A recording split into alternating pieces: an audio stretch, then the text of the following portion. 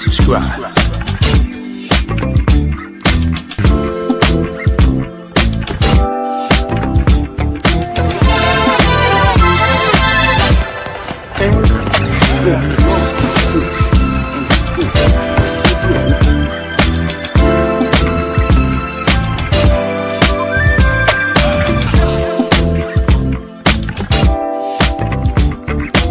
Subscribe to my guy, Uncle D. Tell him Big Bass sent you. Spurling. I'm an attorney here in Houston, Texas. An advocate for black men, largely because I am a black man. I'm a black father. I have black sons. Hey, man, I do what I do.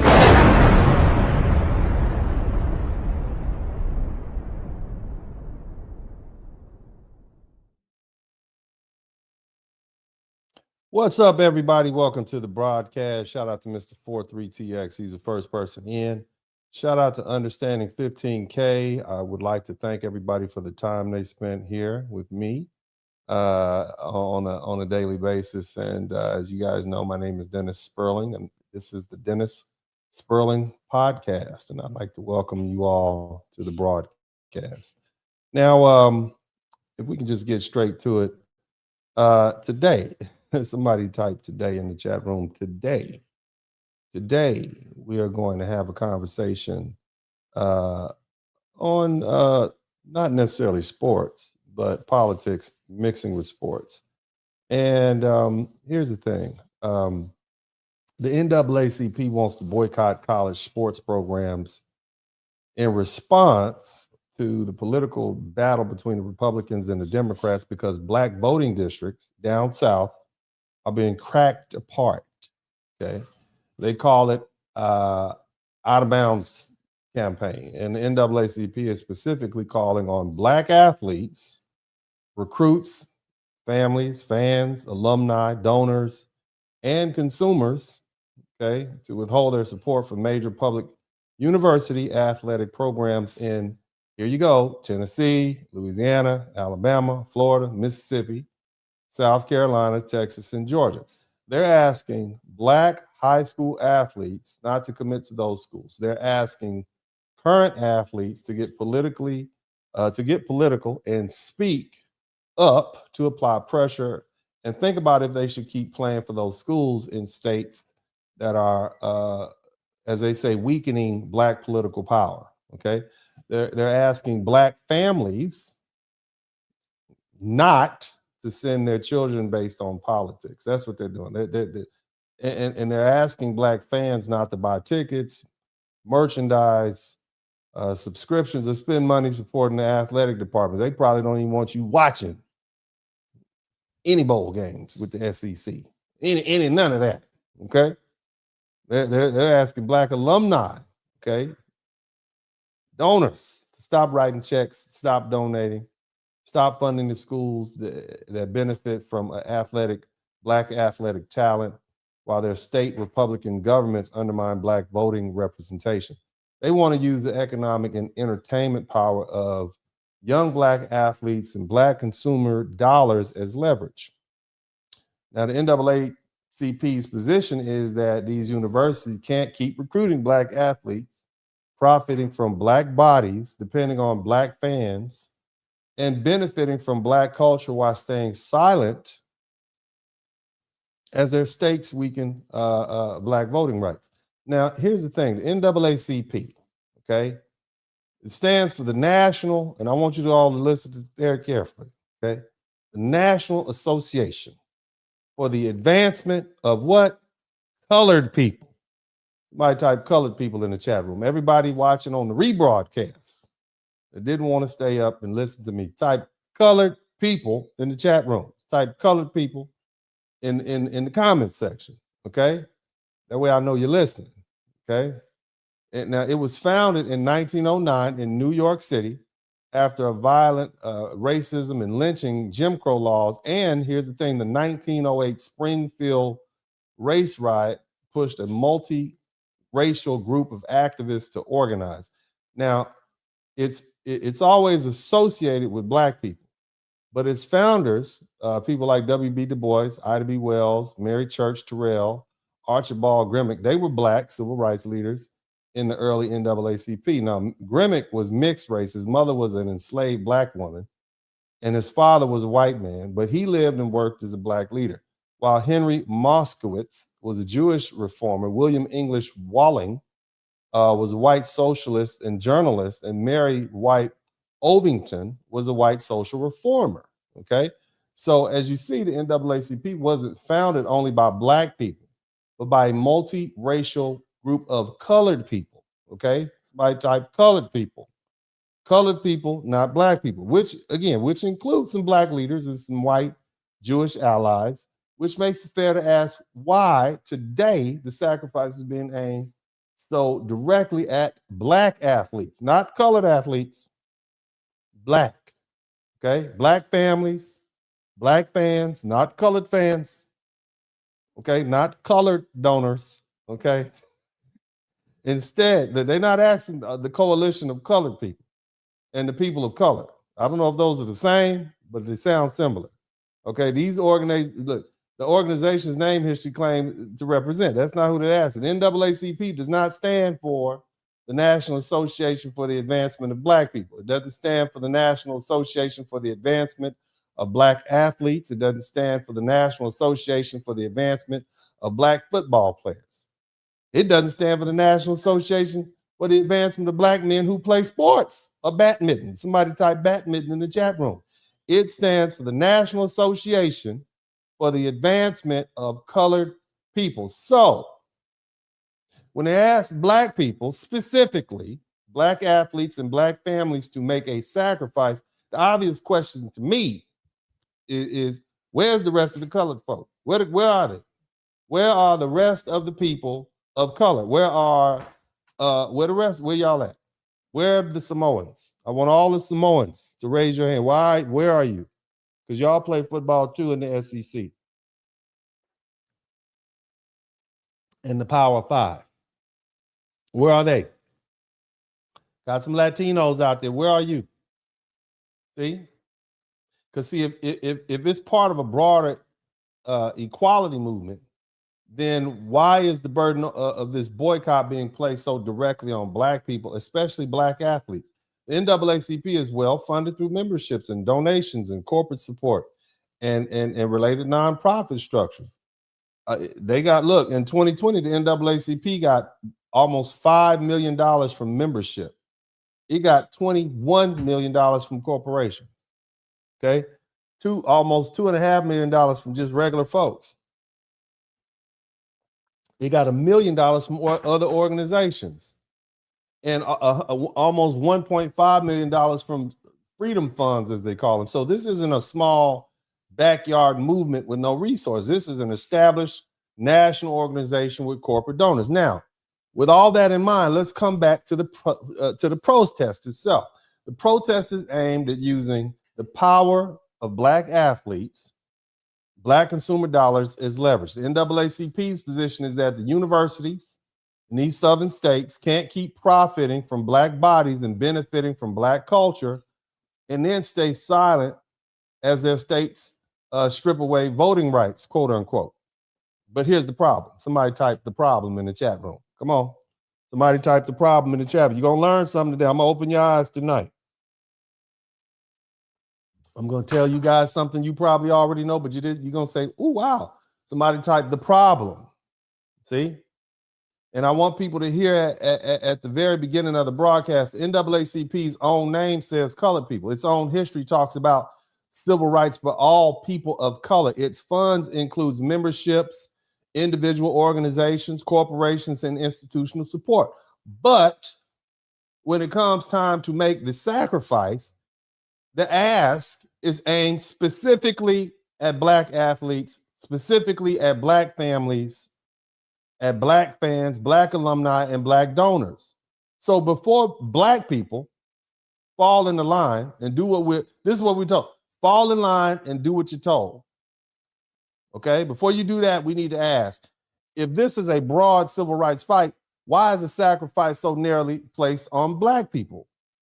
And if the campaign wants black athletes and black dollars and black fans and black cultural power to pressure these states, then black people have every right to ask, what's the plan? You know, who else is sacrificing? And what black families are supposed to get in return for the sacrifice? Because as I recall, they had black fatigue, and now they want black people. Okay, I'm just saying, I'm trying to reconcile this. Now, here's the part that I really want you all to pay attention to. I want you to listen to me closely. Now, when they say black families and black athletes, we need to have an honest conversation about who they're really talking to. See, they're talking to young black men, okay? Or they're talking about young black men. They're talking about the same young black men who spent their childhoods running sprints, lifting weights, going to camp, playing through injuries, training when they didn't feel like training, and fighting for one of the few legal paths in this country that can take them from being a poor black boy and turn them into a millionaire before they turn 25 years old. They're asking 18, 19, 20-year-old black men to put their futures on the line for a political protest. They aren't asking middle-aged political consultants. These aren't tenured professors. These aren't elected officials with pensions, donors, staff, and legal teams. These are young black men with one athletic body, one short college window, one real chance to turn talent into life-changing money. And the numbers prove that this isn't just some general conversation about all athletes. A Power 5 school. Black men make up 2.4% of the undergraduate student population. So out of 100 students, you only have 2.5 black boys. But they made up 55% of the football team, 56% of the basketball team. So when you talk about boycotting the SEC and the ACC and the major public university athletes programs, you're not mainly talking about women's basketball. You damn sure not talking about golf and tennis and swimming or volleyball. You're talking about football and men's basketball, and those teams are disproportionately powered by young black men. And let's even be more direct. Listen, see, those are the money sports. Football is the engine, and basketball is second in line. Women's basketball is growing, and nobody should deny that women's basketball is, popular to some people. But it's certainly not what built the billion-dollar college athletic machine. The financial structure still proves that. The NAACP Division I 2024 revenue, the distribution plan listed a basketball performance fund at $171 million. It tied men's basketball performance. Okay, while the women's basketball tournament only received this, it got about 15 million. Okay. And that tells you the money system has historically been built around men's basketball, not women's basketball. And football is even bigger than that. Reporting on college athletic revenue shows that football is the breadwinner, with Texas reported making $182 million in football. That's one state, $182 million in one recent year, while the top grossing men's basketball program is around $38 million. And the men's football alone can bring in more money than an entire athletic department at most schools. So here's the thing. USA Today said the NCAA finance database also showed that the top athletic departments generating enormous total revenue. You had places like Ohio State at $250 million. So when the NAACP targets these major Southern public universities, your Alabamas, your LSUs, your Floridas, your Arkansas, Mississippi. That's real pressure. That's a pressure point. Football is a pressure point, and so is basketball. But these are also sports where young black men are most concentrated. And that's why this boycott has to be called what it is. The NAACP's Out of Bounds campaign says it's calling for black athletes and families and alumni and fans to withhold athletic and financial support from public universities in southern states. But in real life, the pressure is falling hardest on young black male football and basketball players because those are the athletes who generate the most leverage.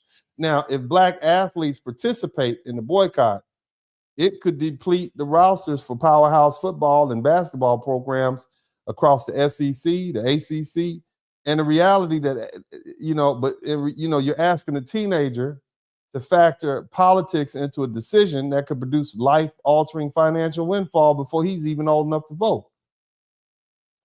And that could be difficult, you see? And that's the point. You're asking young black men, many of whom are teenagers, to risk the very programs that give them the best exposure, the best NIL opportunities, the best facilities, the best scouts, the best television coverage, and the best shot at professional money. So let's stop hiding behind the soft language. See, this is not about black athletes as some broad neutral category. This is about young black men in football and basketball programs. This is about young black men being asked to give up the most valuable seats in the college sports economy. These are young men being asked to risk NIL money, draft position, national exposure, and professional opportunity. They're being asked to do it for a political fight over redistricting and representation, while the people asking them to sacrifice are not even offering them any equal replacement for what they could lose. And that's why black men have every right to ask, what are we getting out of this? Because if our bodies, our talent, our labor, and our discipline are that powerful, if it's that powerful enough to threaten the revenue of these schools and the states, then our futures are valuable enough that nobody should be asking us to gamble them away for slogans. And that's why I feel so familiar. Because here again, you have a large political institution that's looking at young black male bodies as tools to be sacrificed for somebody else's political monetary objective. The SEC and the big universities, we criticize them for profiting off black male athletic labor. But at least in that system, the young black male athlete can receive something directly right now. He can receive a scholarship. He can receive national exposure. He can get an education. He can get an NIL deal. He can get build a brand. He gets access to elite coaching, good food. Shout out to Kareem Sharif. He gets the best facilities, the best medical support. He gets the best scouts, and he gets a professional pipeline to sports. And since the NIL rules changed, a young black man can go to college as an athlete and earn millions from his name and image and likeness. And see, this is not a simple good versus evil situation, family. What we're really looking at is two powerful systems trying to control the same young black male athlete. One system is the major college sports machine. The other system now is saying, don't use your talent over there. Use your sacrifice over here. And the difference is that the first system is flawed, as it is, can still give that athlete money, education, exposure, and a path to a job that can pay him millions of dollars. The second system is asking him to give up leverage for a political result that will never benefit his household specifically. And that's not empowerment. That's asking young black men to become pawns in somebody else's chess and political game. Listen to me. And before anybody asks black men to sacrifice again, we need to talk about the condition of black men in this country. Black wealth is nowhere near where it should be. And the typical black family has $16 in wealth for every $100 held by a typical white family. And that was in 2022. And the median black wealth is about $44,890. That's the average. That's 2022. Compare that to $285,000 for white households. And look, check this out. $536,000 for Asian American households. So when a young black male athlete has a chance to use sports to create wealth, that's not just a sports decision. It's the only realistic wealth building windows his family probably has ever had. Look, are you listening to me? You are asking black people, I want you to think about this. Black people have a life expectancy of 74 years, and that's lower than white people. White people are about 79 years, specifically 78.4. Hispanic people are 81.3 years. Asians are 85.2 years. And when you break it down by sex and you separate the black men from the black women, a black male has a life expectancy of 70 years old, and that's as of 23. So black men already living under the weight of shorter lives and worse health conditions and higher exposure to early death. And now you asking them to risk their athletic future? That's what you asking them to do?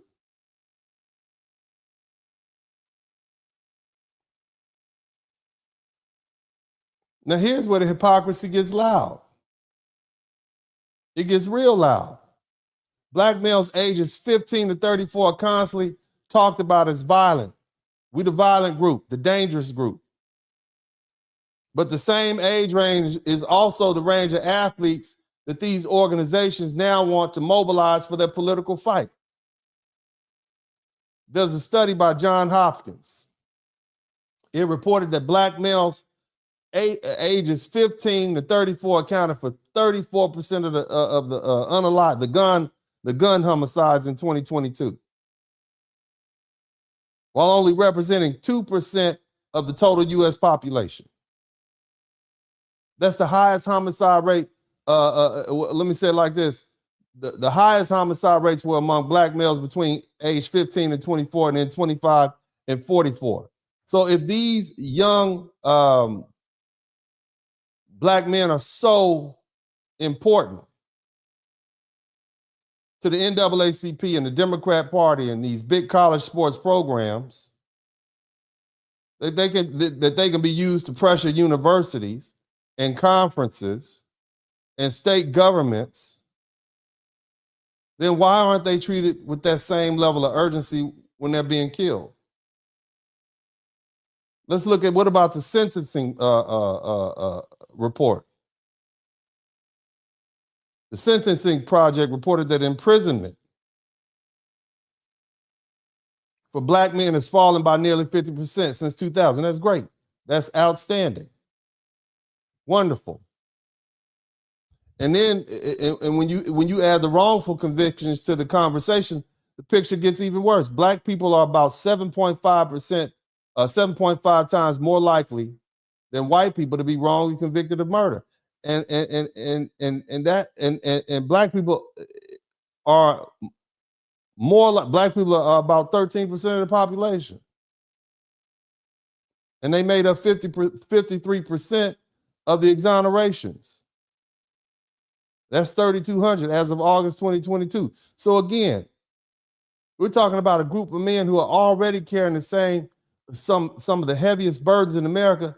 And then after all that, they still want talented black men to give up more and sacrifice more and stand in the gap. Think about that. Have y'all thought about that? Think about that. And it's not new. Are y'all learning something? Are you all learning something? I need to know that you're learning something. If you learn something, hit the #1 button. If you're learning something, say, we're learning. I need to know. Somebody say, hell yeah. That's right. Hell yeah.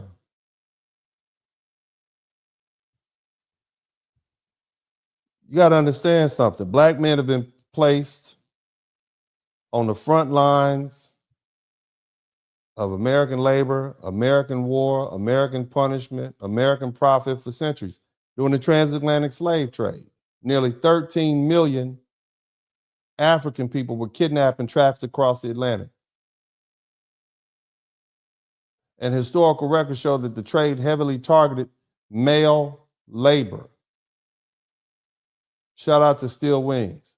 One Cambridge University Press chapter said that on the captives from West Central Africa, they found that 69%, that's over 2/3 of the enslaved people embarked in the trade were men, were male. Boys, children, men, adults. Think about that.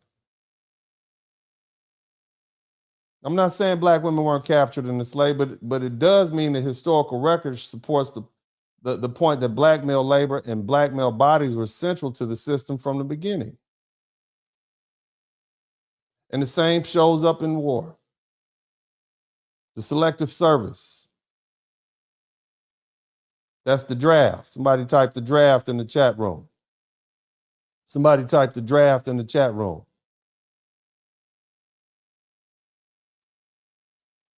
$2.8 million men were inducted during World War II.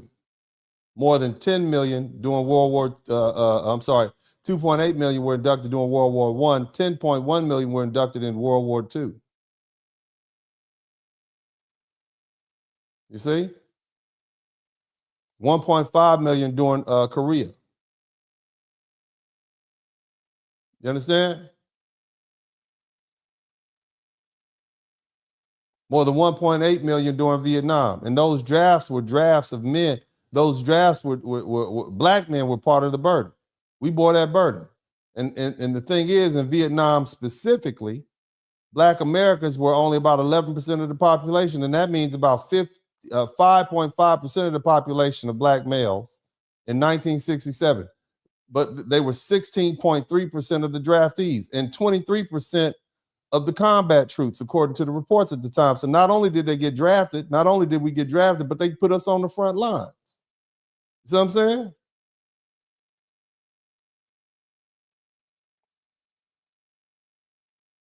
Front lines. So when people talk about sacrifice in America, they need to acknowledge that Black men we've already paid the price in labor and blood and imprisonment and war and poverty and early death. You understand what I'm saying? So here's the thing. When the NAACP, the National Association for the Advancement of Colored People, comes forward and asks for this boycott, the question is fair. Why is the burden being placed so directly on Black men? Why is the first ask for sacrifice demanded of young Black male athletes who have the most to lose and the least institutional protection and nothing tangible to gain? If Black men are powerful enough to help overturn a Supreme Court decision, if Black male athletes are powerful enough to pressure Southern states, if Black male bodies are powerful enough to threaten the revenue of major athletic programs, then why aren't Black men treated with the same level of respect every day? Black men treated, look, why are we useful when the movement needs leverage, but disposable when we need protection? Why are we called dangerous when we're in the street, but heroic when somebody needs us on the front line of a boycott? Why are we blamed when society wants villains, but summoned when society needs sacrifice? Somebody answer me that. So no, you don't get to shame Black men into this. You don't get to tell young Black men to turn down the best opportunities available to them while offering slogans in return.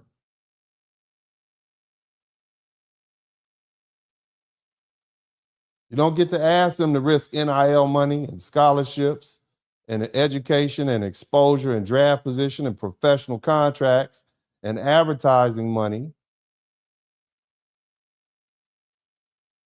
and generational wealth so that some politician can keep their job and their kickbacks and their stock options. If Black men are going to be asked to carry the burden, then Black men have a right to ask, what tangible are we going to get out of it? What protections are being guaranteed? What money is being placed on the table in exchange? What infrastructure is being built specifically for young Black men? What legal financial support is being promised specifically for young Black men? And if there's no real answer, then the answer from Black men should be as clear. We've sacrificed enough. Now, I need you all to make sure you hit the subscribe button. We are going to we got a lot of trolls in here, so I'm gonna go ahead and get these trolls. You trolls are about to pay. They got a new feature on YouTube. I'm gonna show y'all in a minute. But what we're gonna do right now is we are going to we're going to make sure we hit the number 1 button. We're going to take a few breaks You guys make sure you subscribe to the channel if you hadn't already. Make sure you subscribe. And I will be right back shortly. I got another part for you. I want you guys to check this out. Y'all hit the #1 button. I'll be right back. Shout out to everybody who's contributed to Super Chat. I'm glad 15 people learned something. I wish more people had learned something, but we're not finished, but maybe some of you all will learn something. But again, I appreciate you guys. But before we get to this superstar, I need you all to make sure you hit the subscribe button if you hadn't already. I don't know if you all have. I have not had an opportunity to check and see if you hit the subscribe button, but I'm looking now. I'm going to look right now to see if you good people care about me enough to hit the subscribe button and help me, okay? Because at this point, it's about me. It's about me getting to 100,000 subscribers, and it's taking a long time. I'm just saying, I feel like I should be there by now as people. I need some more people to subscribe. I need approximately 66 people. Well, no, hold on. I need 63 people to subscribe to the channel right now, and that will get me to 95,000. Okay, I need 63 people to subscribe to the channel. Okay, I need 63 people. Somebody type 63 in the chat room. Chantel Smith, I need you to subscribe to the channel. Dwight Chair, I need you to subscribe to the channel. Okay, who else is in here? Jelena Taborn, I need all y'all to go ahead and subscribe to the channel. Don't hate watch. Okay, don't have me up here forehead sweating, talking to you all about history, trying to make it interesting. I need all of y'all to subscribe to the channel right now. Don't play me. I'm not here for the games. I need my subscriptions to go up. I want a little gold plaque on my wall behind my head. Okay? Do me a favor, subscribe to the channel. If you have already subscribed to the channel, double check, because YouTube plays these vicious games with me. I need 58 people to subscribe. I need y'all to make sure y'all subscribe to the channel. Let me see what my subscriptions look like. We ain't taking a break, but you all need to go ahead and, are you learning something? If you hadn't learned anything, you just hard to teach. But if you learn something, I should earn something. But in the meantime, I need y'all to make sure. Apparently, YouTube took 20 of my subscribers away for whatever reasons. I need you all to make sure you are still subscribed to the channel. Please subscribe to the channel right now. Take the time to subscribe to the channel. I'm checking to see what my subscriptions look like right now. I need you all to take the opportunity to subscribe to the channel. You'll never get another person as bold as me. I need, I need approximately 18 people to subscribe to the channel so I can get to 92,600. I need 18 people to subscribe to the channel so I can get to 92,600. Okay, so take the time and hit your little button and subscribe to the channel right now. I know you hear me. I know you hear me. I know. I'm looking at you. You right there. You with your phone like this on the side of your face. I'm looking you in the pickup, you in the truck with your phone down there listening to me in your truck. You riding across the country. Yeah, you. I need you to subscribe to the channel right now. Don't play. All right? Go ahead. Go ahead. You sitting in there ignoring your girlfriend, listening to me, go ahead and do it. Go ahead. Everybody who have something else to do and you sat up here and decided to listen to me with your earphones on, subscribe to the channel right now. I'm talking to you. I'm talking to you. Yes, you. Is he talking to me? I'm talking to you. You with the shirt on. I'm talking to you right now. And I'm talking to you too, lady. I'm talking to you with the bonnet on your head. All the women with bonnets on your head. Every woman with a bonnet on her head, I need you to subscribe to the channel right now. All right? Fellas. All the fellas with crusty feet, I need you to subscribe to the channel right now. I need my crusty feet crew.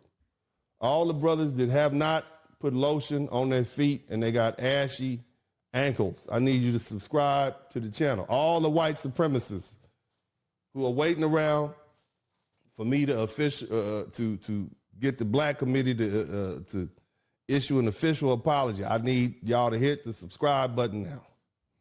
Go ahead and do it. All the angry Muslims, all the angry black Muslims, I need you to come in here. I need you to subscribe. You need to hear this. You need to come on up in and hear this. I need 6 more people to subscribe to the channel right now. All you angry, come on. Come on now. Don't run from it. Don't just be happy it's not your day.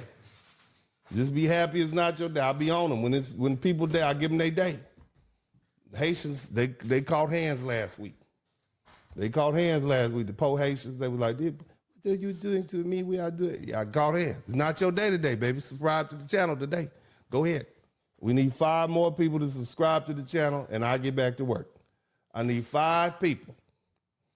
Out of 600-700 of y'all, I need 5 folk. You send this to a friend. Send this to your Muslim friend. He about to do his hadith. He over there, talking about don't eat pork. Don't eat pork. Send him this. Next time you say, that's why I've been eating them pork rinds in front of you right now. I didn't know. Yeah. I need 5 people. All I need is 5 people to subscribe to the channel, and we will be at 92,000. Okay, I need 4 people. Don't hate watch. You're not gonna sit up here and hate watch me. You're gonna subscribe to this channel. 3 people. I need 3 people to subscribe to the channel. I need 3 more people. Look where we at. I want y'all to see where we at. Okay? See that? See, you can't see. It's almost. I need 3 people to subscribe to the channel, and I get back to work. I got more to say.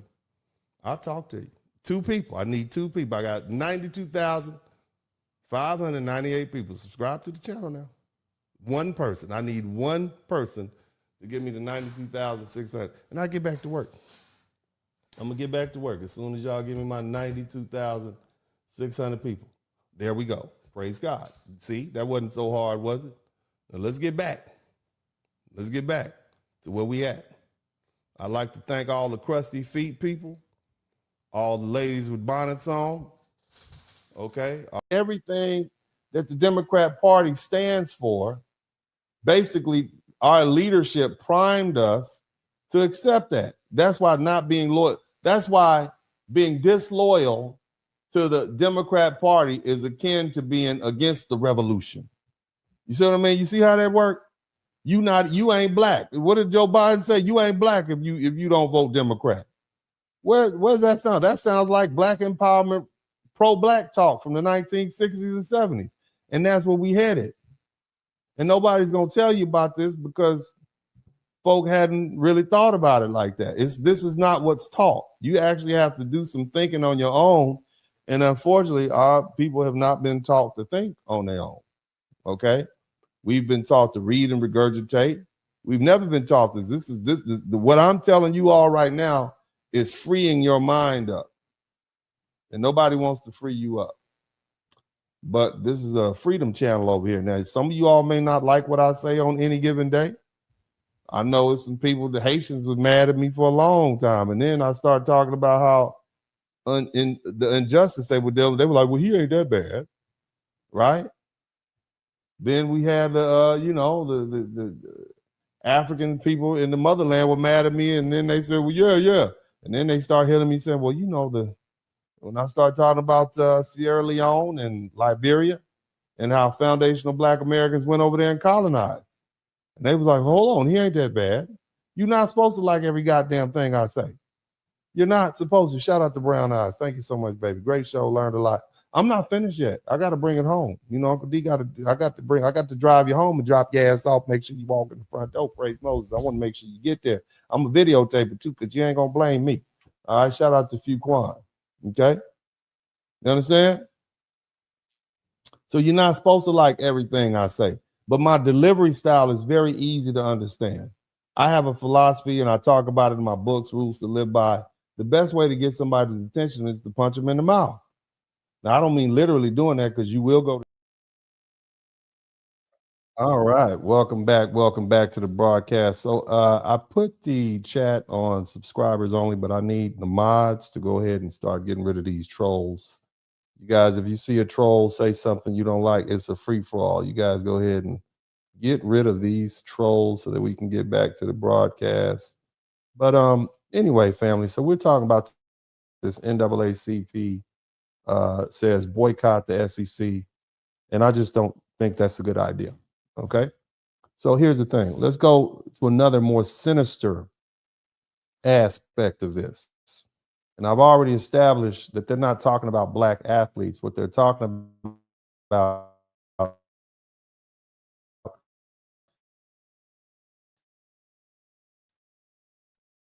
is young.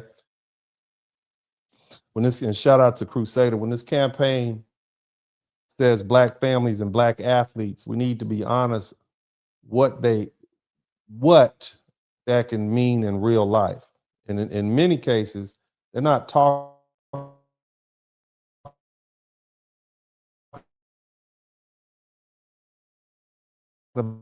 about intact households where there's a father, two people can sit down and have a conversation about their son. They're talking about Black boys and their single Black mothers who may have the most direct emotional influence over this young, talented athlete. They want her to manipulate his decision through the strongest. They're trying to manipulate this decision through his strongest emotional and most trusted relationship in his life. Let's look at some facts. In 2023, the CDC showed that 69.3% of births to Black women was to unmarried women. Now compare that to 40% for overall U.S. birth rates, 54% of Hispanic women, 28% for white women. These are out of wedlock birth rates, 12% for Asian women.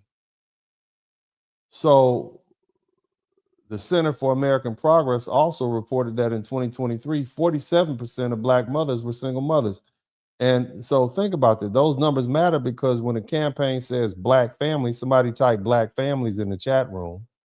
When a campaign says Black families, it's speaking on a family structure where the mother has the strongest day-to-day influence over the child's education and politics and emotions and life decisions.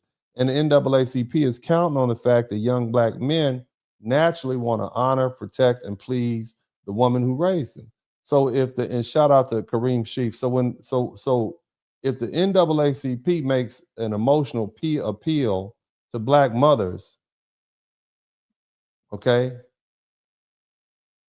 what they're trying to do is reach out to the Black athletes, to the person they trust the most. As a young Black man, 18, 19, 20 years old, you've been asked to make a business decision that affects your scholarship, your NIL money, your draft exposure, and professional future. But if his mother is emotionally pressured to see the sacrifice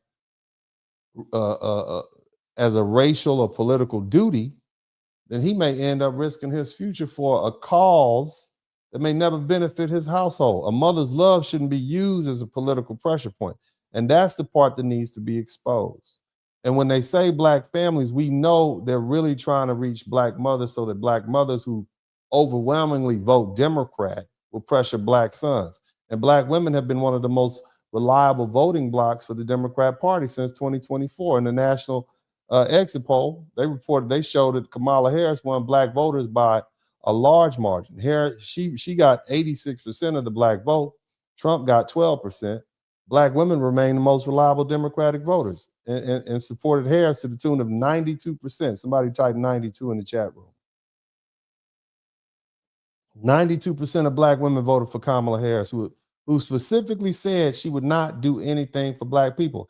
And that doesn't mean every Black woman thinks the same, but politically the pattern is clear. Black women have historically been a powerful and loyal Democratic bloc. And now connect the political reality to the family reality. In 2023, 47% of Black mothers were single mothers. And that means that in a large number of Black households, mothers are the central decision makers. So if a political organization can frame a boycott as a moral duty to race, the pressure is going to land on the pressure is not just going to land only on the athlete, but on the mother who loves him and wants to believe she's doing the right thing for her people. And that's why I'm saying this is sinister. You see, the Democrats are trying to use the person those young men love the most to help deliver a sacrifice. They know many young Black men love their mothers deeply. They know many of them want to please their mothers. They know many of them want to lift their mothers out of the struggle. And now that the same pathway that could help him do that is being put on the table as something he should risk for some crooked ego-driven politician to keep his or her funky political position. And if his mother's already sympathetic to the Democratic Party, already used to voting for Democrats, already emotionally connected to the civil rights messaging, then this campaign is asking her to help convince her son to make a decision that will permanently affect his career. So, again, this is where we are. All right? Are y'all still with me? Hit the number 1 button if you're still with me. Hit the number 1 button if you're still with me. So that's what it's really about. Now, I have some videos I want to share with you guys. You guys make sure you can hit it as long as you hear what's being said. Make sure you hit the number 1. I'm gonna let these videos play first, and we will go ahead and proceed. All right, and I'll let them check. Y'all hit the number 1 button where you can hear it, and I'm gonna just let the videos play. Check this out. All right, this is what they're asking us to do. Moment when black representation is under attack, it is important for the CBC to keep in their tradition of being the moral of the Congress, but the moral of conscience of this country. No representation, no revenue, no one black should be on a playing field of institutions that's living off of our labor, and yet in states that are seeking to reinstitute a sharecropping reality. He said sharecropping. It is not the responsibility of Black America to hold individuals who should know better accountable for doing better. As soon as the United States Congress stand united to ensure our Constitution represent all of us, we will be a better nation as a result. NAACP this morning, in solidarity with the CBC, we are calling on athletes who are coming out of high school not to attend any state. Do you hear what he said? He's calling on athletes. Okay. Do you think he's talking to hockey players? Is that who you all think he's talking to? Huh? Absolutely not. Not talking to hockey. Is he talking to the golf team? Heck no, he's not talking to the golf team. Who's he talking to? He's talking to young Black men, teenagers, fresh out of high school, trying to make a decision as to what's going to be the best thing for them to do. State-funded schools of Shout states out to, that have moved to minimize our right to vote, to minimize our ability to elect candidates of our choice, and states that are seeking to create a sharecropping reality. Whether that state be Missouri or Mississippi, whether that state is South Carolina, Georgia, Alabama, Louisiana, Texas, or Florida. 55% of all African Americans live in the former Confederate South. But the 55% of us who live in the former Confederate South, we will not tolerate a Confederate mentality on our labor, on our ability to contribute, and our ability to be to have representation. In this moment, our democracy is in crisis. This is not about partisanship. This is about true representation. And for the NAACP, we will fight with all we have in solidarity with the Congressional Black Caucus to ensure that we have representation, or if we don't. Well, some of y'all didn't catch that. Did you catch that? He said we will fight, the NAACP will fight with the Congressional National Black Caucus. So what does that tell you? That tells you that the NAACP is at this time being used by the Democrats to galvanize Black people, Black athletes specifically, to get on out there, right? Get on out there and put it all on the line for politicians to try to keep their jobs. I want y'all to think about that, okay? Think about what they're asking these Black athletes to do. Just think about that. All right, let's get back to it. We will withhold the talent that play on the football field. Somebody type we, as if this man was at the as if he was at the at all the football games. You understand what I'm saying? Think about that, man. Think about that.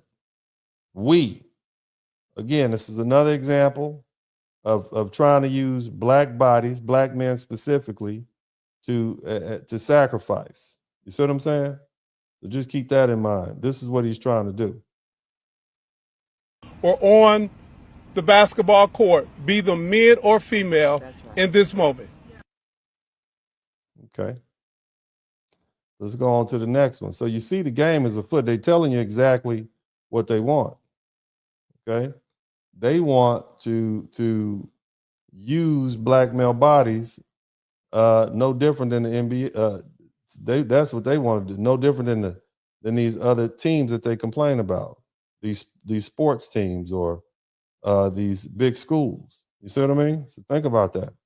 Let's move on to the next one. You guys make sure you hit the number 1 button if you can hear clearly. Let's check this out.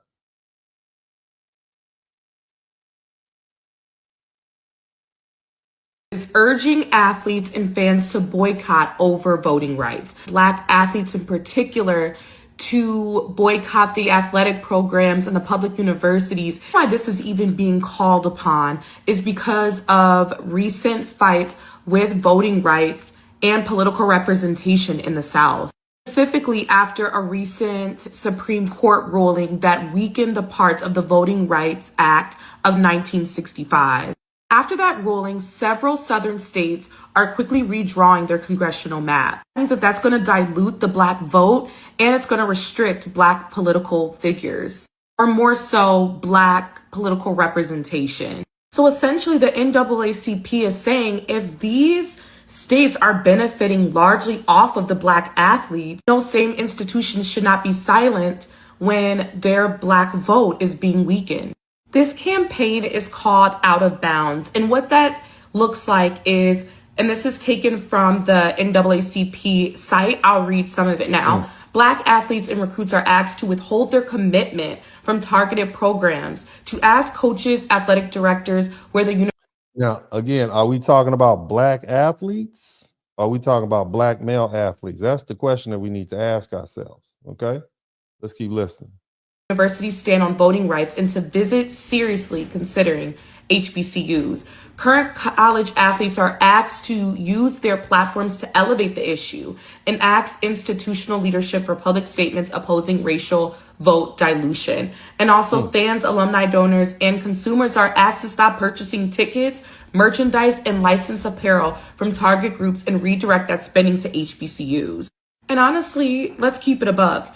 The sports culture is a very big and large financial engine for the South. SEC football, TV programs, NIL deals, alumni associations, and donations. Advocacy in athletics isn't new. Colin Kaepernick took a knee during the national anthem to protest against police brutality. The NBA has also spoken out against police brutality, and LeBron James in particular helped start More Than a Vote, an initiative that combats voter suppression. Some women in the WNBA in particular have skipped seasons as a way to protest. History has shown that athletes don't just shape the culture on the field or on the court. They also can shape it off the court as well. See that?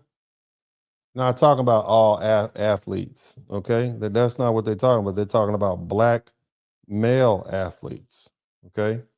That's what they're talking about. They want black male athletes to put it all on the line for these politicians so that they can keep their jobs. And I'm going to explain that a little more. But let's look at the next video. You guys make sure you hit the number 1 button. And thank you all for the contributions. I surely do appreciate them. We will make sure we read each and every one later. Check this out. Today, tell me exactly what you're trying to do here. Yeah, the Out of Bounds campaign is more than sports. It's about power. It's about ownership. It's about accountability. Black athletes have helped build college athletics into a I bet you didn't help build any college football program, sir. I bet you didn't. Okay. I bet he didn't. Let's keep listening. multi-billion-dollar industry, especially in football and basketball, as we pointed out here. Yet many of those same states are benefiting from Black talent, are actively working to weaken Black political representation and voting power. For generations, we know that Black athletes have carried the weight of college athletics on their backs. And this is a moment for us to realize that that power we bring into those institutions can be used to protect our communities, our voices, and our future. Universities cannot continue to profit from Black talent, celebrate Black culture, and recruit Black students aggressively while remaining silent when those same students' rights are under attack. Why focus on the students? For example, I saw LSU on that list. There's no mention of players who play for the New Orleans Saints, for example, with the National Football League, or the University of Georgia was on that list. And in Georgia, you have the Atlanta Hawks in the NBA, or the Falcons in the NFL, the Braves in Major League Baseball. Why the students here? And what would you say to the Attorney General there in South Carolina, who says they are being used for political gain? He's right. This is about ownership. As young Black athletes must recognize that their talents has value far beyond a field or a court. Their influence moves culture, economics. Why? I mean, who appointed? Here's my thing. Who appointed this dude to tell young Black athletes what they should do? Why did they put this dude up? Okay, who is he? Okay, he looked like he couldn't bench press his own weight. And he's up here telling these young men who've been working since they were children, since they were probably in a youth football, and he's telling them what they can and can't do. Think about that. Let's keep going. And yes, it moves politics. States cannot celebrate Black excellence on a Saturday while silencing Black communities on a Tuesday at the ballot box. Those same communities that produce these elite athletes are the communities fighting for fair representation, equitable schools, and a democratic process that works for us all. Out of bounds, this campaign is the redirection of that power. If Black talent can build these programs, Black talent as well can we can control how that accountability looks like. Why do you believe? Who is we? Somebody type we. Who is we? Who is we? Who is we? Huh? Let's keep listening. Believe that this is going to work, and I obviously the issue here is the recent Supreme Court decision, or one of the issues here. But I take you back to 2021, Atlanta. Major League Baseball pulled the All-Star game out of Atlanta in 2021 because of concerns about voting issues there. And last year, the Major League Baseball All-Star game was back in Atlanta. Atlanta got its MLB All-Star game back, but the controversial laws haven't changed. The 2021 All-Star game was yanked after Georgia passed controversial voting laws. So if that happened in 2021 and they got it back, why do you believe that this effort will succeed going forward?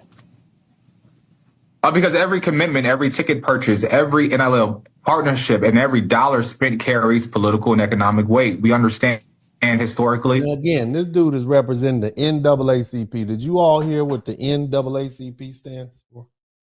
Somebody type colored people in the chat room. Colored people. Why aren't the Samoans being asked to come on out? Because there's a lot of Samoans playing football. A lot of them. A lot of Samoans. And they are definitely colored. They colored with big noses. Their nose look like that. Okay? They got some big noses and some big heads too. Okay? And they're out there playing linebacker, defensive line. Okay? They out there playing. They're colored people too, but I don't hear them being called to boycott. Why is it the Black people? And this is supposed to be for colored people. Let's keep listening. Let's keep listening to this gentleman.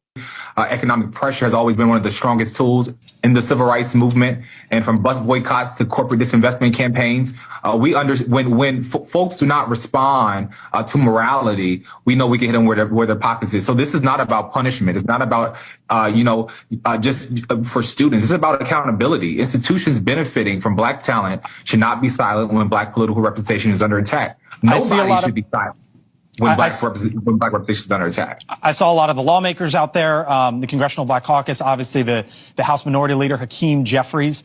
Have you heard? Hakeem's going to lose his job. That's why he's out there screaming and hollering. Where are the colored people? Again, the NAACP stands for colored people. It was founded by colored people. Okay? It was founded by colored people. Why aren't the colored people out here? Okay, why is it just Black athletes? Are there no other people of color in those jurisdictions? Those congressional districts, plenty of them. Why aren't we calling them? Why aren't they the ones out there? For many student athletes who are going to leave the universities and go elsewhere, or is this has it not reached that point yet? You know, it's continuing to evolve. You know, we launched this campaign this morning and encouraging folks as they're continuing to look at, you know, their who they signed to and their commitments, especially high school folks going into college or folks who are already in college. But also, as we said, this was not only a call to those athletes. This was a call to the fans and supporters. As we talk about buying tickets when you want to support these games, this is much deeper than just the athletes. This is a communal approach of how we approach this. And if a communal approach. Are you y'all, has the NAACP, with all that money you guys got in 20, are y'all communally paying these people's bills? Are you going to replace these NIL? Look, I haven't watched football since probably 10 years. I used to watch a lot of football. Hell, I used to play football. I don't even watch football anymore. So I'm just saying, you're asking these young men to basically give up potential jobs. That's what you're asking them to do. And he don't look like he plays with no kind of sports. This dude right here, dude got a pencil neck. It's just, you're not doing anything. Nobody's gonna listen to you. Okay. But again, you know who they're trying to appeal to.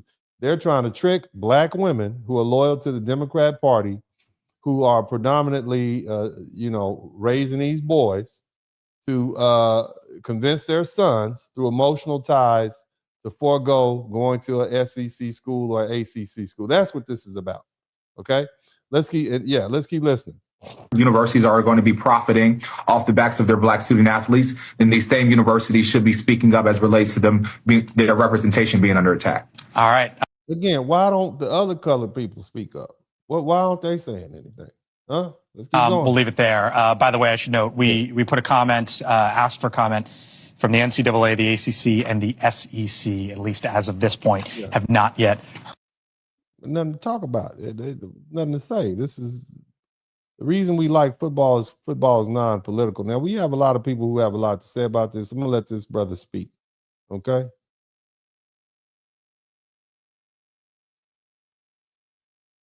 In several different states. I'm a six-figure financial advisor, not your financial advisor yet. And I have thoughts on this. The states in question are Alabama, Florida, Georgia, Louisiana, Mississippi, Texas, and South Carolina. College football and basketball at these schools generates hundreds of millions of dollars a year. A large majority of that talent is comprised of black athletes. Now, Tennessee just eliminated their only majority black congressional district last week after the Supreme Court gutted the Voting Rights Act. It's a pretty loud message on how these southern states want our black labor, they want our black likeness, but not our black votes. So the NAACP leads with using that labor and likeness as leverage. Obviously, the strategy is the right way to go. Black economic power is real, and the threat of pulling it is one of the few things that these institutions actually respond to. The SEC isn't going to... I want you all to remember, boycotts typically are things that affect everybody. And there's a reason why some of the boycotts in the past were so effective, because all black people had a stake in it. Whether you were a rich person, a poor person, a tall person, a short person, you still had to ride on the back of the bus in the colored section. And so we were all affected. But at this particular juncture, we are asking the most vulnerable amongst us, the young black males, right, who have very limited opportunity, who have high risk of homicide and death and just all around just vilified by the country as a whole. We're asking them to sacrifice the most. Just think about how selfish that is. You're going to sit back with your college degree that you've earned up in New York City, and you're going to send directives to all these black folk around the country who may be loyal to the Democrat Party, that specifically targeting black women, that they should tell their sons to forego going to a SEC. No, you just go ahead and go to that community college. That's what I want you to do. Go ahead and go to the community college. It's about the same thing. You'll get an NIL deal down at City Tech. Somebody will come look at you. And we all know that's just BS. Let's keep listening to this. Lobby for your voting rights out of the goodness of their hearts. But they will absolutely pick up the phone when their championship rosters are at risk, when their entertainment is at risk, when their sports revenues are at risk. Do I think every black athlete is going to sit out? No. We can't account for anybody's moral price. NIL money is real and lucrative. Transfer portals exist, and individual decisions are just complicated. But the pressure that this creates is the point. You don't have to boycott to make the boycott work. Some of y'all are still spending money at Target, while the rest of us with a spine effectively disrupted their profits by actually boycotting. The threat and preparation of here, the rest of us with a spine. First of all, I don't think I've been to Target in the past 10 years. If I'm going to order something now with all you crazy people out there, I'm going to order it through Amazon. Okay. Now, my son, he likes Walmart. I've never seen him go to a Target. I don't know. Okay. But my thing is, it wasn't that hard to give up Target because that's not really part of our culture. Football is part of Southern culture, and Black American culture is Southern culture. You're asking them to give up a lot. Even if you never even walked foot on the Alabama campus. If you're from Alabama, if you're from the South, and they're playing somebody from somewhere else, and that's in your general region, you may root for Alabama. Same thing with Georgia. Same thing with LSU. It's a lot of little black boys running around Baton Rouge, couldn't find LSU. They know when they pass by it, but they root for LSU. It's part of the heritage. Target is not. Okay? Target is not. All right? And so this is why, just listen to the shaming, like you all who have no spine. It takes no courage not to shop somewhere. Are you kidding me? But what you really need to explain is why did the Walmart boycott fail? Because remember we tried to boycott Walmart and it failed? Just think about that. Let's keep listening to this gentleman. Boycotting collegiate sports should be enough to have some athletic directors call their school presidents, who in turn call the local government. Black wealth, black labor, black votes, they're all connected. We know this, but the powers that be think that they can successfully separate and exploit them at will. And they can't. Mm-hmm. No, you all are trying to manipulate these young black children, these young black boys, especially knowing that a lot of women are raising these boys on their own. And so you're trying to manipulate the women to make their sons make a decision based on politics. That's what you're trying to do. And we see it. We see you. Somebody type, we see you. CP. You know what that stands for? Negroes ain't achieved consistent progress. Oh, Lord. I said what I said. 60 years. 60. Same speech, same march, same slogan, new logo, same problems. And now they're asking black athletes to leverage their platform over redistricting maps? Maps? You know what a map never did? Paid a mortgage, opened a business, fixed a failing school, kept a father in the home, built generational wealth. But they need your jersey, your name, and your influence for the cause. And when the camera leaves, where they at? Gone. I'm not telling you not to fight. I'm asking you to ask a harder question. What have we actually owned? What have we actually built?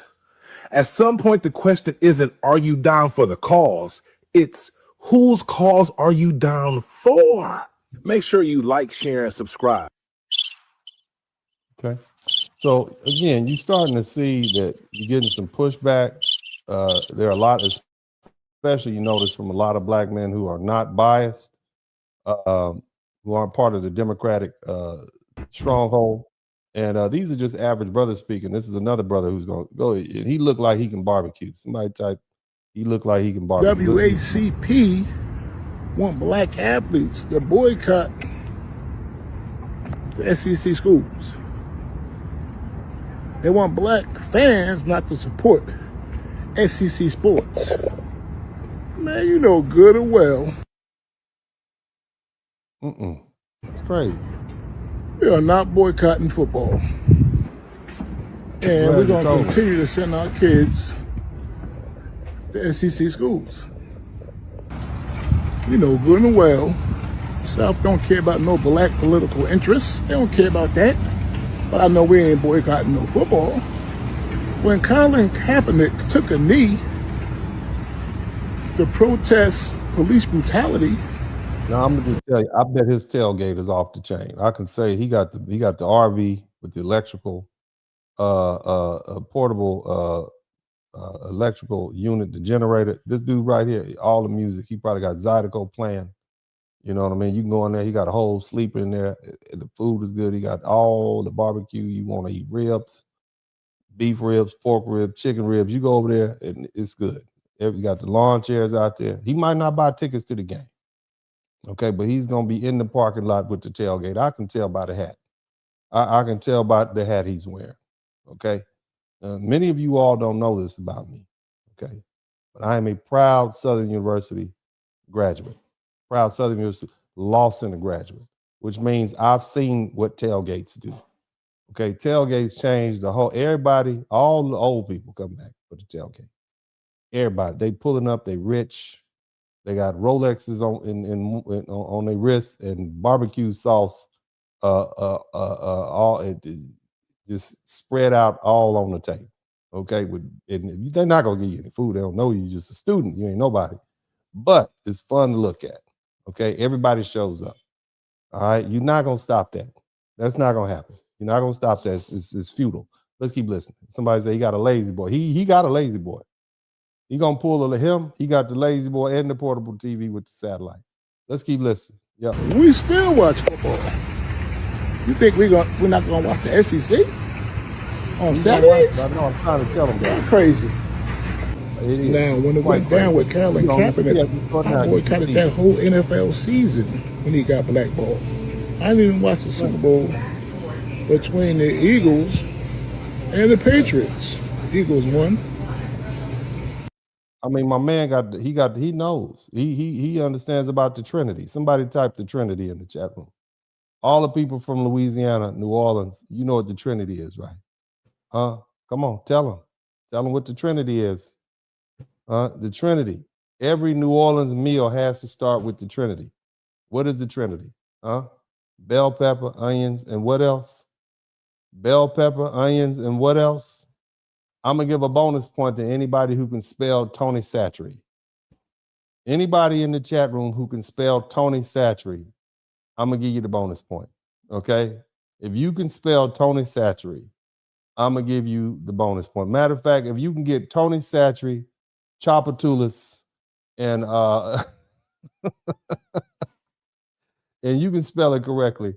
That's right. Bell pepper, onion, and celery. She got it. Tony Satchery, not Tony, all these Yankees. Look. If blacks wasn't able to. It's people planning on how they're going to tailgate at the next SEC party today. Are you kidding me? Y'all have lost y'all rabbit minds. Let's keep listening to this. Anyway. Let's see. We got another couple of videos. Is not playing right now. They are calling for a boycott from athletes and fans from any public university in a state where they are actively dismantling black voting rights. So they are calling on athletes and fans to not support.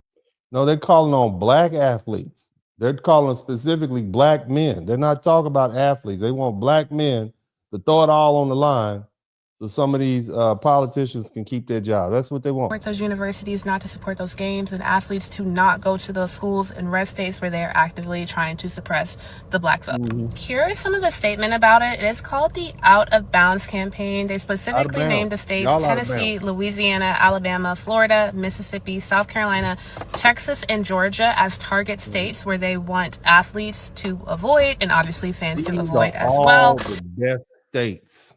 Okay? You telling me you want Mississippi, Tennessee, and you want us to boycott Tennessee, Louisiana, Alabama, Florida, Mississippi, South Carolina, Texas, and Georgia? That's all the best states. Which we're gonna trade them in for New Jersey, Iowa, goddamn Indiana. Have you lost your mind? You all are crazy as a bag of wet cats. That's how crazy you are. Okay? So some politicians, so Hakeem can keep his job. That's what this is about.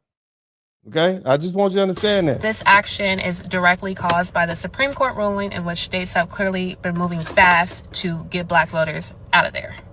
In this statement, the NAACP said, "We will not watch the same institutions that depend on black athletes to fill their stadiums and their bank Who is we? What you mean we? Who is we? Who elected these people?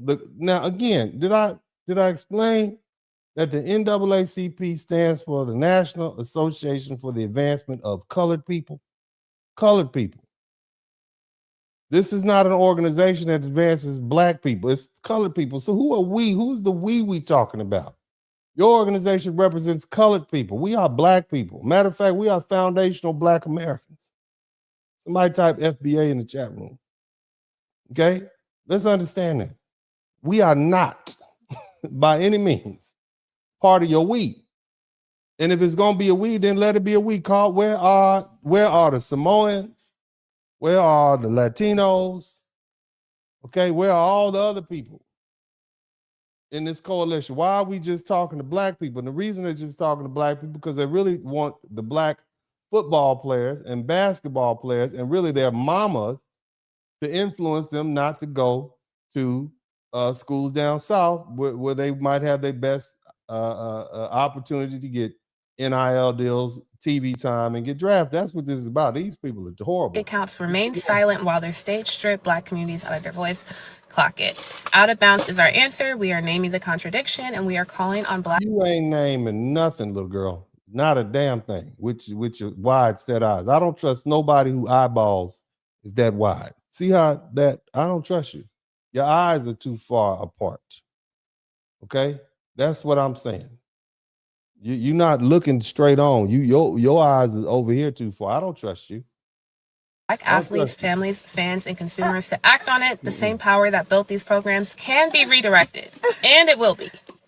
Obviously, black athletes are generating billions of dollars for these schools that are bankrolling politicians who are coming up with these laws. So I totally understand why the NAACP is doing this.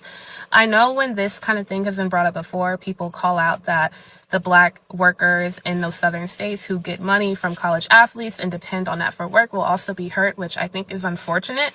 But I think we are in a moment that kind of calls for some different measures and some sacrifices along the way. You ain't even from down here.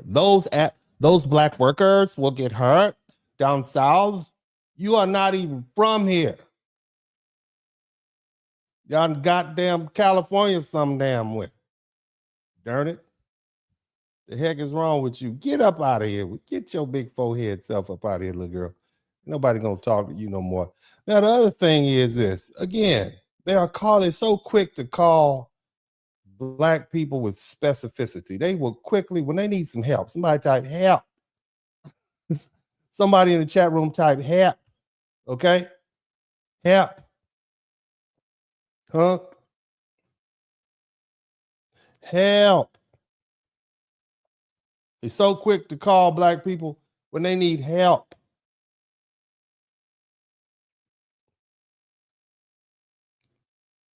Why?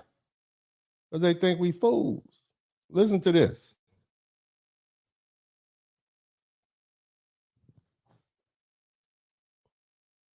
Map above me is where we are likely headed for the 2028 congressional election, where every single blue and red state does the maximum gerrymander for partisan gain, and there are virtually no competitive congressional seats left in the United States. And why, you ask? Since we've always had gerrymandering since basically the foundation of the United States, has the map never gotten this bad? Well, it's because of two recent Supreme Court decisions. The first was back in 2019, where the conservative majority on the Supreme Court decided that federal courts should play no role in deciding any cases around partisan gerrymandering, essentially allowing states to do whatever they want with maps as long as they adhere to the Voting Rights Act. And then, as I'm sure you know, recently the Supreme Court just gutted the Voting Rights Act in a 6-3 decision by the now even larger conservative majority, saying that as long as you're saying this map is drawn for partisan reasons and not for racial reasons, you can do whatever you want, even if the effect is to take majority-minority districts and divide them into multiple minority districts or black districts? Because if we talk about minorities, I want to know what the rest of these minorities are. What are they giving up? That's what I'd like to know. Okay? White districts. And so that is what brings us back to this point, where every Yes, single we red know. state right now is running as quickly as possible to change their districts either for this election or for 2028 and eliminate all of those blue seats that were protected by the Voting Rights Act. And the math for gerrymandering is pretty straightforward. In states where one party has a huge advantage, it's very easy to draw a map where all the districts voted for that party now. So for instance, in Tennessee, where Donald Trump won by, let's say, 30 points, you should theoretically also be able to draw a map where he won every single district by 30 points. And they've pretty much done that in this new map where he won every single district by 20 points or more. Zooming back out to the map, that's why you see some of the red states have a few blue vote sinks. So for instance, in Georgia, there are 2 Democratic seats around Atlanta. And by packing all those voters there, you can ensure that the rest of Georgia will elect Republicans, even if Democrats win 50% of the vote in the state. And this nightmare doesn't just stop at the federal Nightmare. level. It's also going. I mean, these Democrats are on it, man. They are really out there trying to scare the crap out of black people, especially the last group of black people that you're going to make afraid related to racism is going to be black people who live in the South. Most of these black people have lived in the South for a long time. They didn't leave. And those of us who came back to the South, that means we're not worried about racism. We understand that. Let me tell you what, America, the South is America. You understand what I'm saying? The South is America. This is the culture that is America. Now, again, I want to kind of drive home the point. I see them specifically calling out black people. They want our help specifically. Okay. And when I say specific, I don't hear them calling for people of color. I don't hear them calling Latinos and Samoans. They are literally saying our name as if we're the only ones that suffer. Shout out to Fuquan. Let's keep listening.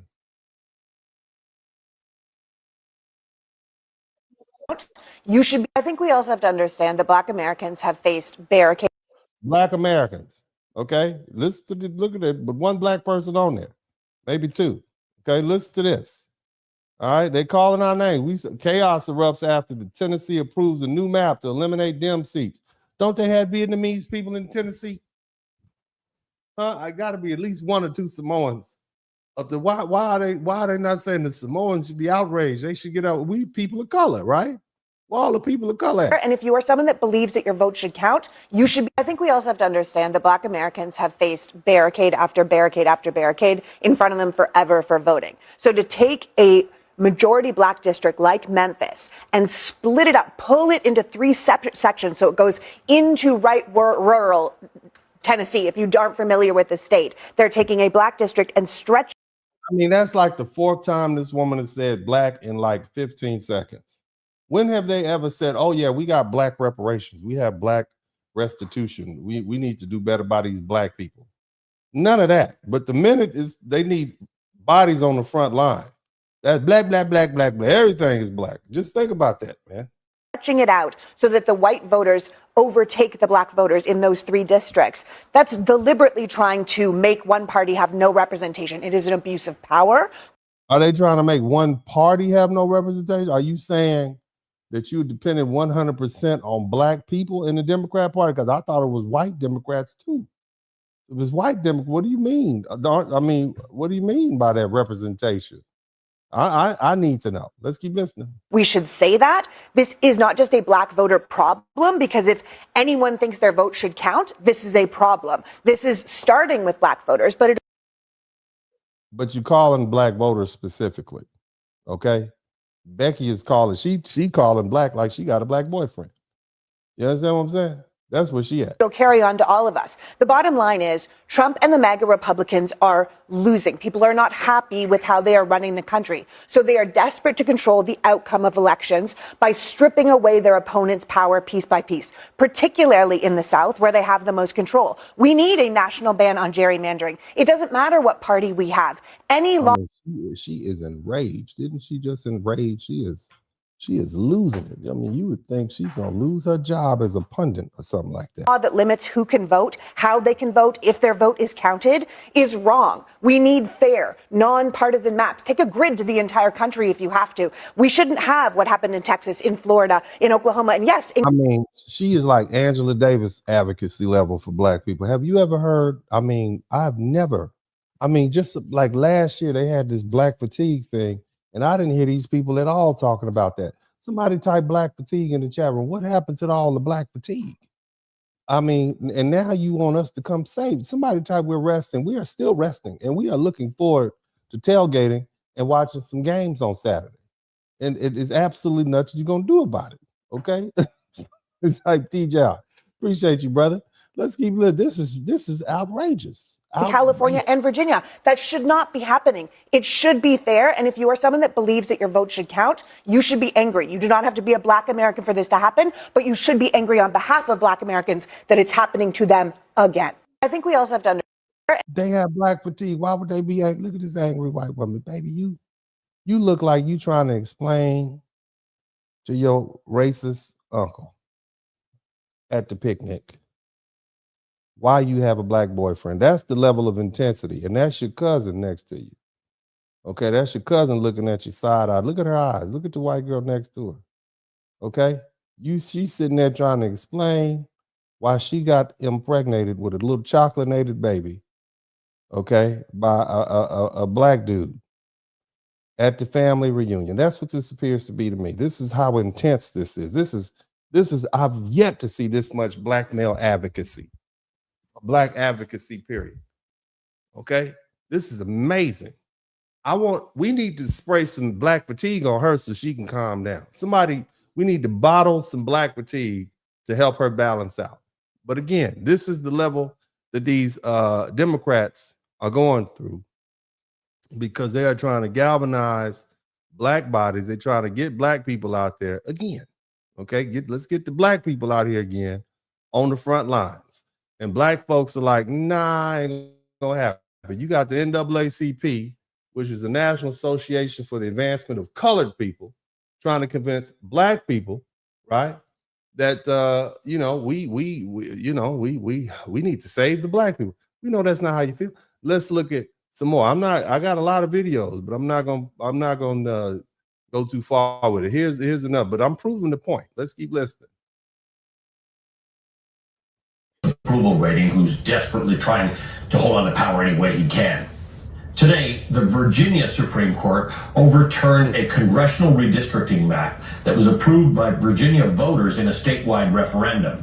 The New York Times reports in its 4-3 opinion, the Virginia Supreme Court wrote that the problem was that the first vote on the amendment in the General Assembly, which would authorize Democrats to redraw the map, occurred days before last fall's legislative elections, meaning that some Virginians who cast their ballots early did so without knowing how their state lawmakers would vote on the new map.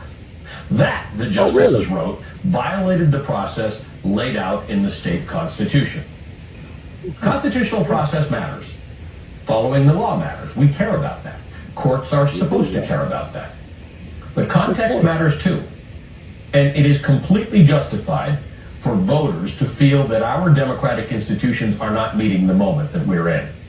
There is a gross asymmetry in our politics right now. In 2025, Virginia voters elected a Democratic governor by a whopping 15 points. In 2025, Virginia voters expanded the Democratic majority in the House of Delegates, giving Democrats complete control of the trifecta of state government. And in 2025, according to the Virginia Public Access Project, the majority of early ballots were from likely Democratic voters. Was some early voter in Virginia denied vote-changing information? Quite possibly. But all Virginia voters had the chance 17 days ago to vote directly. All Virginia. He's talking about all. Somebody type all. So far, I've just heard all, right? So really doesn't seem like it has anything to do with us. On the map issue, and a clear majority of them voted for it. Okay. And now the Virginia Supreme Court has invalidated all 1.6 million of those votes. It has invalidated the clear preference for Democratic governance in Virginia that Virginia voters have voted for loud and clear since November 2025, 2 times. Meanwhile, Republicans in southern states are aggressively drawing black majority congressional districts out of somebody type black existence after the conservative Supreme Court weakened key voting rights protections. Yesterday in Tennessee, Democratic lawmakers... Hold on a minute. Look at all these white people. Black voters matter. Project protect the South, no Jim Crow map. Do you see these white people out here protesting? They can't get no black people out there. This is the problem that these white folk are having, right? Bless a little heart. They cannot get a black person off the couch right now. Do you see what's going on right there? And not a black person, and I see maybe one black person in the corner in the line on his way out. This is how desperate these people, they can't get black people. So now they got to put black on paper. Jim Crow, Black Voters Matter. Y'all just had black fatigue. What happened to the black fatigue? Do y'all know who Chud the Builder is? Do y'all know who he is? Do you know who he is? Because he's very popular. He's been all over the internet. Do y'all know what's that boy's name? The Mexican Nick Fuente. Have y'all not heard him? Y'all have black fatigue. And now that you're about to get stripped of your power, now you won't give us reparations. You won't give us an anti-black hate crime bill. You won't do that. Okay? But when it comes to saving your political power, now whole black people, you should be up. It's going to be a new Jim Crow. Black voters matter. No, all voters matter. Somebody type all voters matter. All voters matter. Don't put us in that. That's between y'all having a fight. Y'all figure it out. Let's listen to some more. Attempted to filibuster and disrupt proceedings as Republicans pushed through a map that would effectively erase the last Democratic-held congressional district in the entire state. That district, which is a majority black district, is now being... Look at the picture. Tennessee Republicans redraw maps to erase the last Democratic black majority district. And look at the picture right there. Not one black person in the picture. Y'all don't have one black friend. Somebody type black friend in the chat room. And look, let me do this. Shout out to everybody who's watching me on television. Apparently, YouTube told me I have a high number of people who really sit back and watch me on the TV. They're not just watching on the phone. They literally sit back and watch this on the television. So shout out to you all. That makes me feel special that you all plan to sit here and watch me. They said I have one of the highest rates of people who actually sit back and digest what I'm saying from a television screen, which means they put me YouTube. That's a lot of work. That's a lot of work. That's not just flipping out your phone and pushing the buttons. So shout out to all you guys who are watching me on the big screen. That's pretty cool. I might get some better cameras for y'all. I might do that. But anyway, let's think about it. Look at this photograph. Look at this photograph. Not one black person. Somebody type no black friends in the chat room. They don't have one black. Look at this. Y'all don't have a black boyfriend or anything. Not a black friend from elementary school you could have called out. Nothing. Just look at how sad this is. All these white folk out here talking about black majority, they couldn't get one black person out there. Boy, we are resting. We are definitely resting. Let's keep listening. Carved apart and divided into multiple Republican-leaning districts. The new map is designed not to reflect those voters, but to outmaneuver them, to render them powerless to elect a leader of their choice. Here's the Tennessee State Senator. What you mean, them? He said, them, they're powerless to elect the leader of their choice. Damn, we're so concerned about blacks. Those thems and days. He clearly don't have a black friend. Let's keep listening to that, man. This is sad. London Lamar talking about this yesterday. London Lamar. This is a deliberate plan to take away the black vote. Black people aren't Democrat or Republican. We vote our issues. And baby, you're going to lose your job. Okay? She got elected by a majority black district, baby. You're going to lose your job. You're going to lose that job, baby. You're a state senator in Tennessee. They're going to redistrict you. You're going to lose your job. You're going to have to change. You're going to have to be nice to some white people if you want to be a senator again. Okay? I'm just saying. They're going to cut us. They're going to spread your district out. Okay?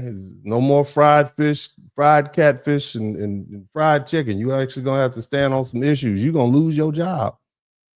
London Lamar, you're going to lose your job. You're going to lose your job. You're going to lose your job.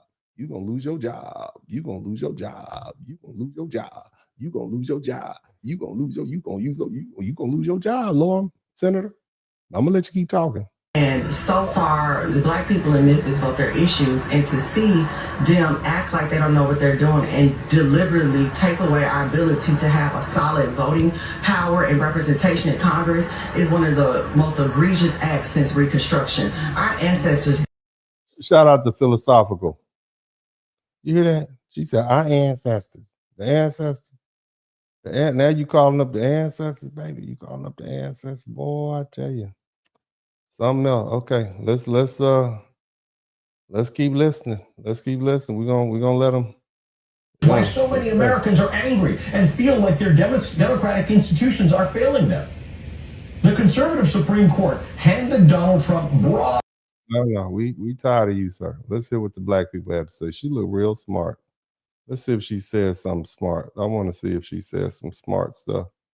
All right, I'm just trying to ask. Let's see. They bringing up black people that's been dead that we ain't even hear about.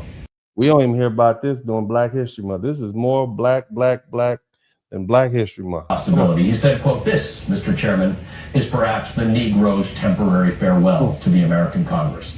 But Phoenix-like, he will rise up someday and come again, end quote. And he was right. Black political representation did rise again through a generation of organizing and bloody protests and arrests that ultimately triumphed with the passage of the Voting Rights Act of 1965. But now, after years of the Supreme Court weakening those protections, we're entering a dangerous period of democratic backsliding. I mean, y'all didn't know that that's what they were doing. They've been doing it for like 30 years, trying to weaken it. Y'all couldn't do something 30 years ago, during Clinton, during Obama. Now, all of a sudden, young black men got to throw away their contracts, NIL contracts. That's what they got to go to Tuscaloosa and say, no, I can't take this job. I got to go on there to the HCC. I'm gonna go down there to the community college. I can't take this $1 million NIL deal. I got to help these politicians save their jobs. That's what I'm here for. Challenge now, how we rise up again in this era and what we will demand of our democracy. Joining us now is Melissa Mayer, professor of law at New York University and MS Now legal analyst. Here we go. Another one from New York. Somebody type New York. Somebody from New York. Come on. She's the author of the brand new and a very, very, very important book, The U.S. Constitution, a comprehensive and annotated guide for the modern reader. Professor Murray, thank you. You and I had some of this conversation in a commercial break last week, and I've been dying to have the rest of this conversation with you. And the Virginia decision. Let me say this. If you're from New York, New Jersey, Philadelphia, oh gosh, Massachusetts, Connecticut, you are so far removed from the South and Southern politics and Southern culture. You're not even qualified to have this conversation about athletes, black folk, and how we're going to perceive the so-called boycott of these major football institutions. But I'm gonna let her speak. Okay, I'm gonna let her speak. Made it imperative. It's not, I don't know whether to take issue with the Virginia Supreme Court or not. I think the bigger issue is that we are slipping into a place that took a long time to get to, a place of democracy and fairness that took a long time to get to. It's slipping away from us at this point. It's slipping away. I think that's exactly right, Ali. And again, it's not one actor, but rather a confluence of actors. And it's not just the Virginia Supreme Court today, but the Virginia Supreme Court acting at the behest of the Republican Party, it would seem, to consolidate partisan advantage in that state. The Republicans across the country consolidating their political power by wiping black electorates off the map at the behest of Donald Trump, who began all of this by insisting upon mid-cycle redistricting. As we've said before, when legislatures sit down to draw their congressional maps, they do so after the decennial census. Here's the other thing. How do you know some of these black people don't agree with some of these policies of the Republican Party? I'm just throwing that out. I know what the voting said. 86% of black people voted for the Democrats. I get that. But you know there's 21% of black men who voted for the Democrats, about 8% of black women. 21% of black men who voted Republican, 8% of black women voted Republican. And now, maybe it could be, and I'm just going to throw this out here. Maybe some of these black people have realized that, you know, I don't really like the Republicans, generally speaking. I don't like them because, you know, they're racist. But I do like some of the things they're doing. Okay, may not like the way in which they're going about it, but I do like this tough on immigration position. How many black people here in this chat room, shout out to Brian Turner, how many black people in the chat room appreciate the fact that Donald Trump put more law enforcement and more in military personnel on the border to stop the influx of illegal immigrants from all over the world? If you appreciated that, I don't care if you voted for Trump or not. I don't care if you like him. But shout out to Michael J. But if you like the fact that he shut down the southern border, just say yes. If you like that, just say yes. Okay. I'm gonna look at that. If you like the fact that you know, we don't want to get too deep, right? This is just stuff that is affecting us, right? We don't like the price of eggs. Okay, but again, I'm just pointing it out here. Maybe it's some of this stuff that we see Donald Trump doing that we actually like. And for those of you guys who do, maybe that's why we're not out boycotting. Maybe that's why we're resting. Guilt can't get us because 86% of black people voted for Donald Trump. I mean, voted for the Democratic Party. But we don't necessarily have to have voted for him to appreciate the fact that some of these things are helpful to black people. Okay, now I just want to be mindful of that. I'm just saying, you know, we didn't like him, but we did like the fact that he's sending these people home, especially considering that you got a lot of people from these other countries who don't even like black people. Okay, that's the other thing you have to consider. Now I'm gonna let this other video play, and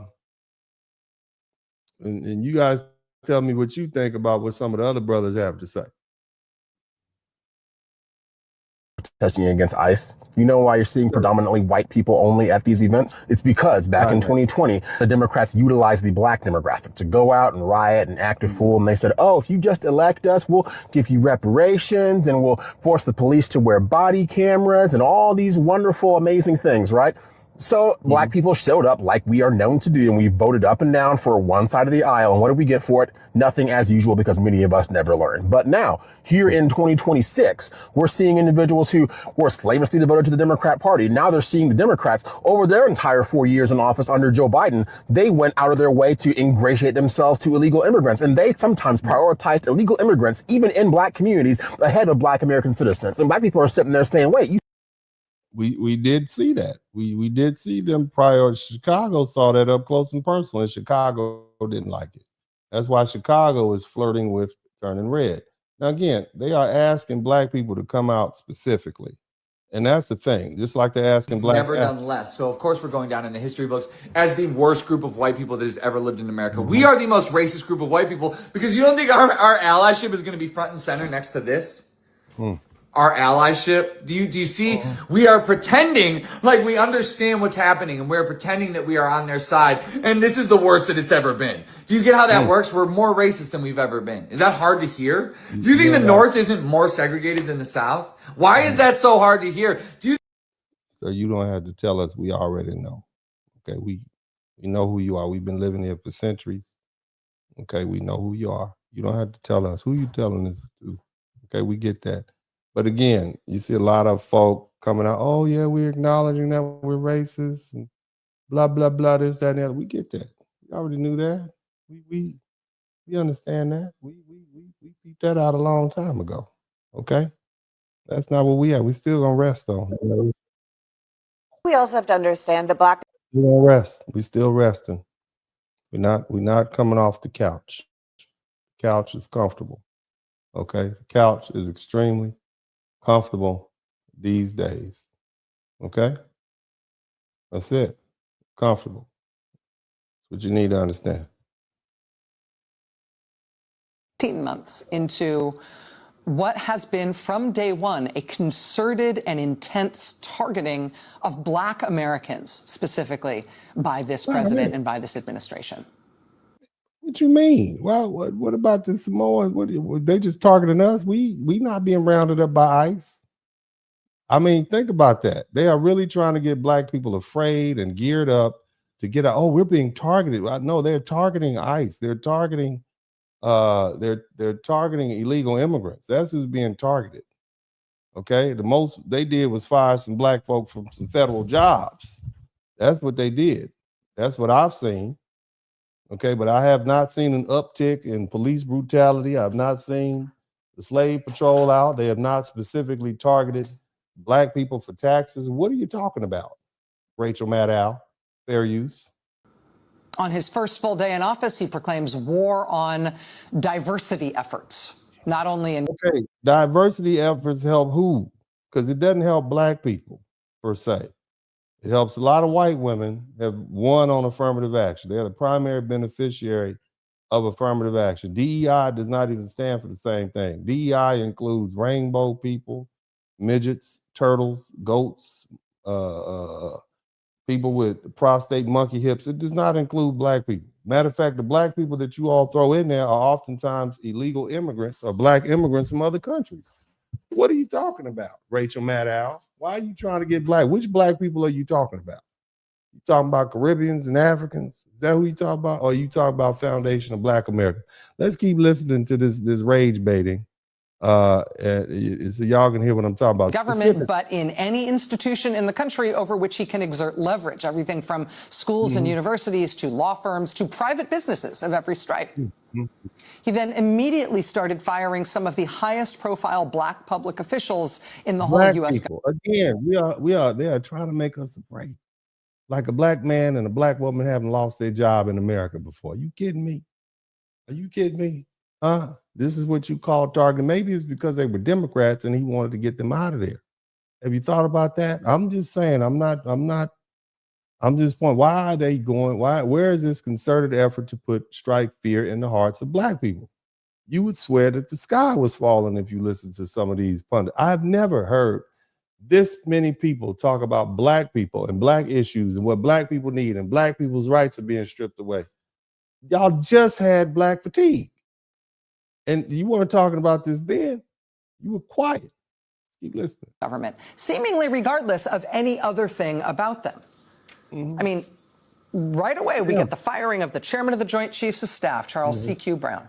We get the firing of the Librarian of Congress, Carla Hayden. And then it's Gwynne Wilcox from the National Labor Relations Board. And then it's Robert Primus, the chair of the Surface Transportation Board. And then it's Alvin Brown from the NTSB. And then it's Peggy Carr, the head of the National Center for Education Statistics. And then it's Willie Phillips from FERC, from the Federal Energy Regulatory Commission. And then it's Lisa Cook from the Federal Reserve Board of Governors, and on and on and on.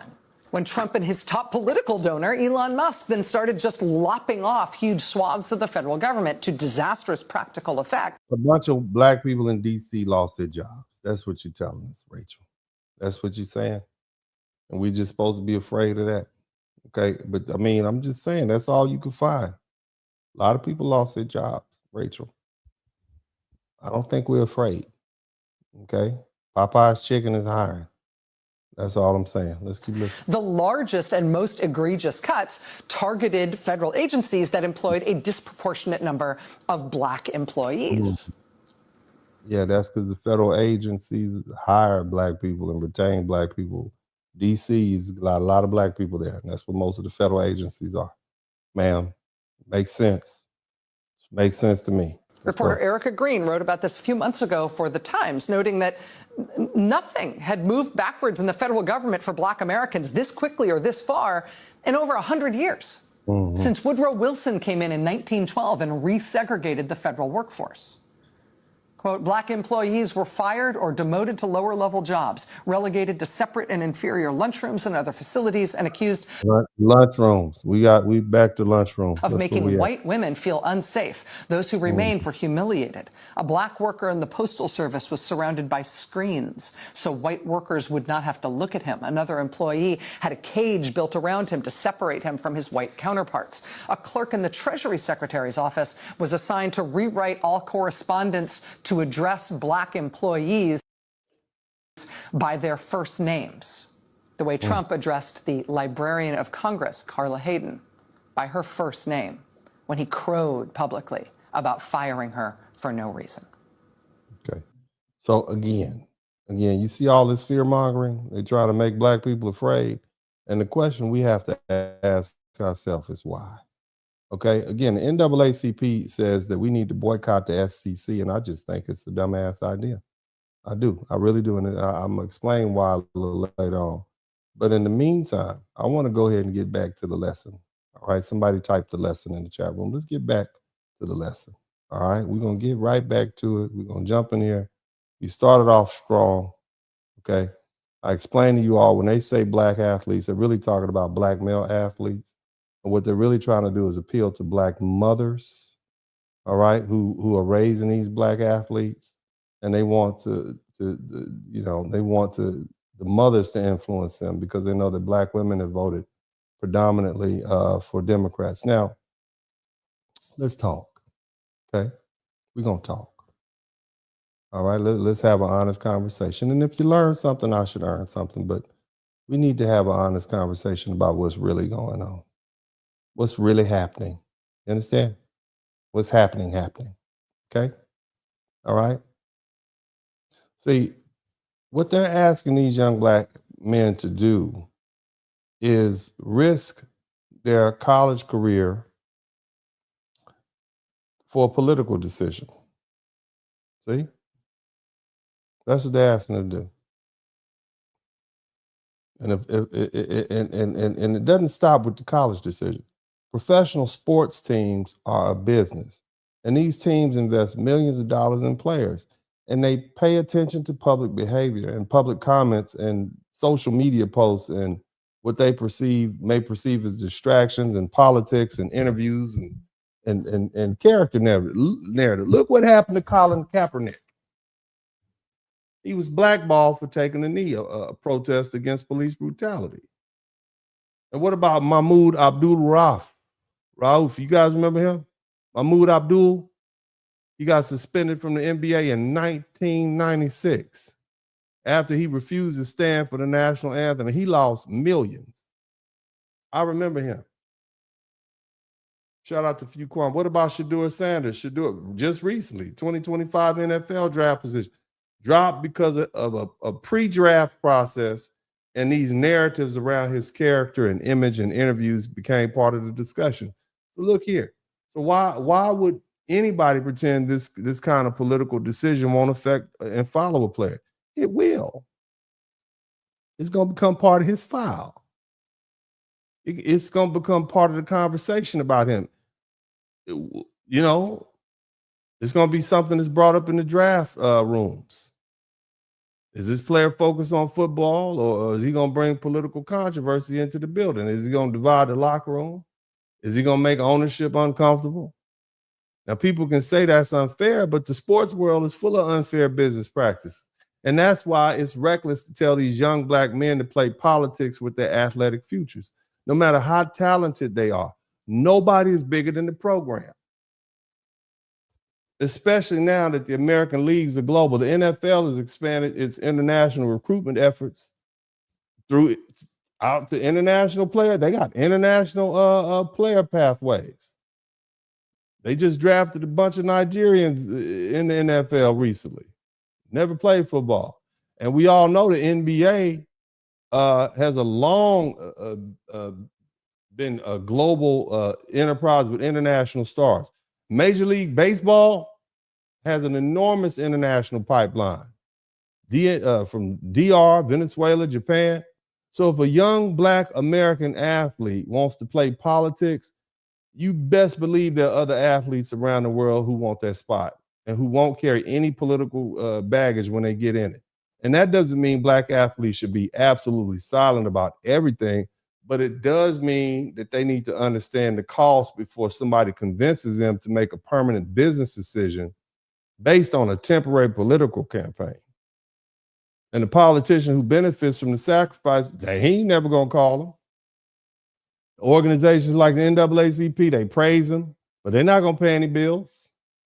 And the people who told him he was brave and, you know, they're gonna just move on to the next campaign and he's gonna be sent back home. You know, but that athlete is gonna have to live with the consequences of the decision. He still has to answer the question about why he inserted himself into a political fight and the team owner and the coach and some general manager is going to make a decision that he might be too much trouble. And that's the part that makes this a problem. The NAACP, the National Association for the Advancement of Colored People, okay, in this campaign, they're not asking colored people to boycott.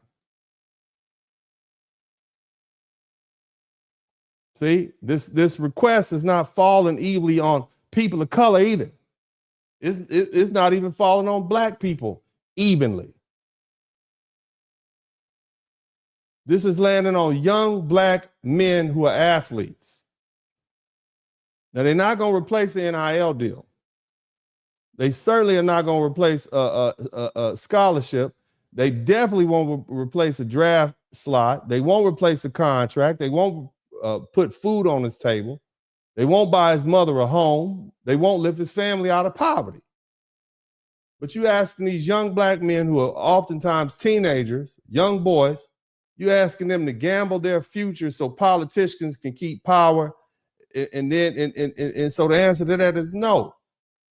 We're not going to do it. You're not going to guilt us into doing it either. Every time there's a civil rights fight, a voting rights issue, a so-called threat to democracy, black people are the first ones asked to sacrifice. Black voters are told to show up. Black churches are told to organize. Black women are told to come save the election. And black men, we told to shut up and vote like we tell you to. You know that. But if this is supposed to be a broader civil rights issue, then what are the other minority groups being asked to sacrifice? Where are the Vietnamese? Where are the Koreans? Okay? What are they going to sacrifice? Where are the Latinos? Where are the Samoans? Where are the Tongans at? Where are the Filipinos at? All these other groups benefit from these liberal policies, typically voted for by Democratic elected politicians in Washington, D.C. In other words, what I'm asking is where are all these other colored folks at? Because when people use language like people of color and minority communities and marginalized communities, groups, and coalition politics, they're usually asking black people to stand under a bigger umbrella. You see? We getting squished in. But see, when it's time to take risk, when it's time to give up something, including your money, your wealth, your livelihood, and your life, or to absorb the cost, the pressure always comes back to Black America. So are we in a real coalition, or are black people just the frontline soldiers for the cause? See, if this fight is about voting rights, why aren't these other people of color, these minority communities, being asked to make the same kind of economic sacrifice as they're asking our young black athletes? Why aren't their athletes being called out? Why aren't their families being told to redirect their children to other schools? Why aren't their donors and alumni groups and business owners and churches and civic organizations and professional associations being asked to put something meaningful on the line too? Coalition can't mean black people sacrifice while all these other colored folk reap the benefits. Coalition can't mean black people take the political risk while everybody else sit back and watch.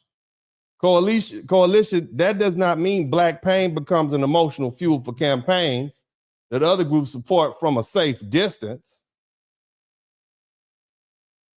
I want to know what these other minority groups are going to sacrifice before we do a damn thing. Not what statement they're going to be asked to sign. Not what hashtag they're going to post. I want to know what they're going to give up. What risk are they taking? What money are they being asked to redirect? What institutions are they being asked to pressure? What risk are they being asked to take? What opportunities are they being asked to walk away from? Because you're asking a lot of us. See, black people have carried the moral weight of American civil rights for generations. And we've been the example, the warning, the labor, the voters, the marchers, the organizers, the conscience of this country. But we're not the only minority group in America. We shouldn't be the only group expected to bleed for every political cause. And these people organizing this campaign need to answer some questions. I have questions. Is this a black only sacrifice for a broader political goal? Because that's what it sounds like. Because see, if the burden is only placed on black people, then that's black exploitation dressed up like civil rights work. And here's the other cold part about it, man. Black people aren't even the largest minority group anymore. Hispanics got us beat by damn near 20 million people. They have 65 million people. Black people have 48.3 million people, and that's in 2023. So Asian American households, they got the money. Did I tell y'all the median household income is $121,700?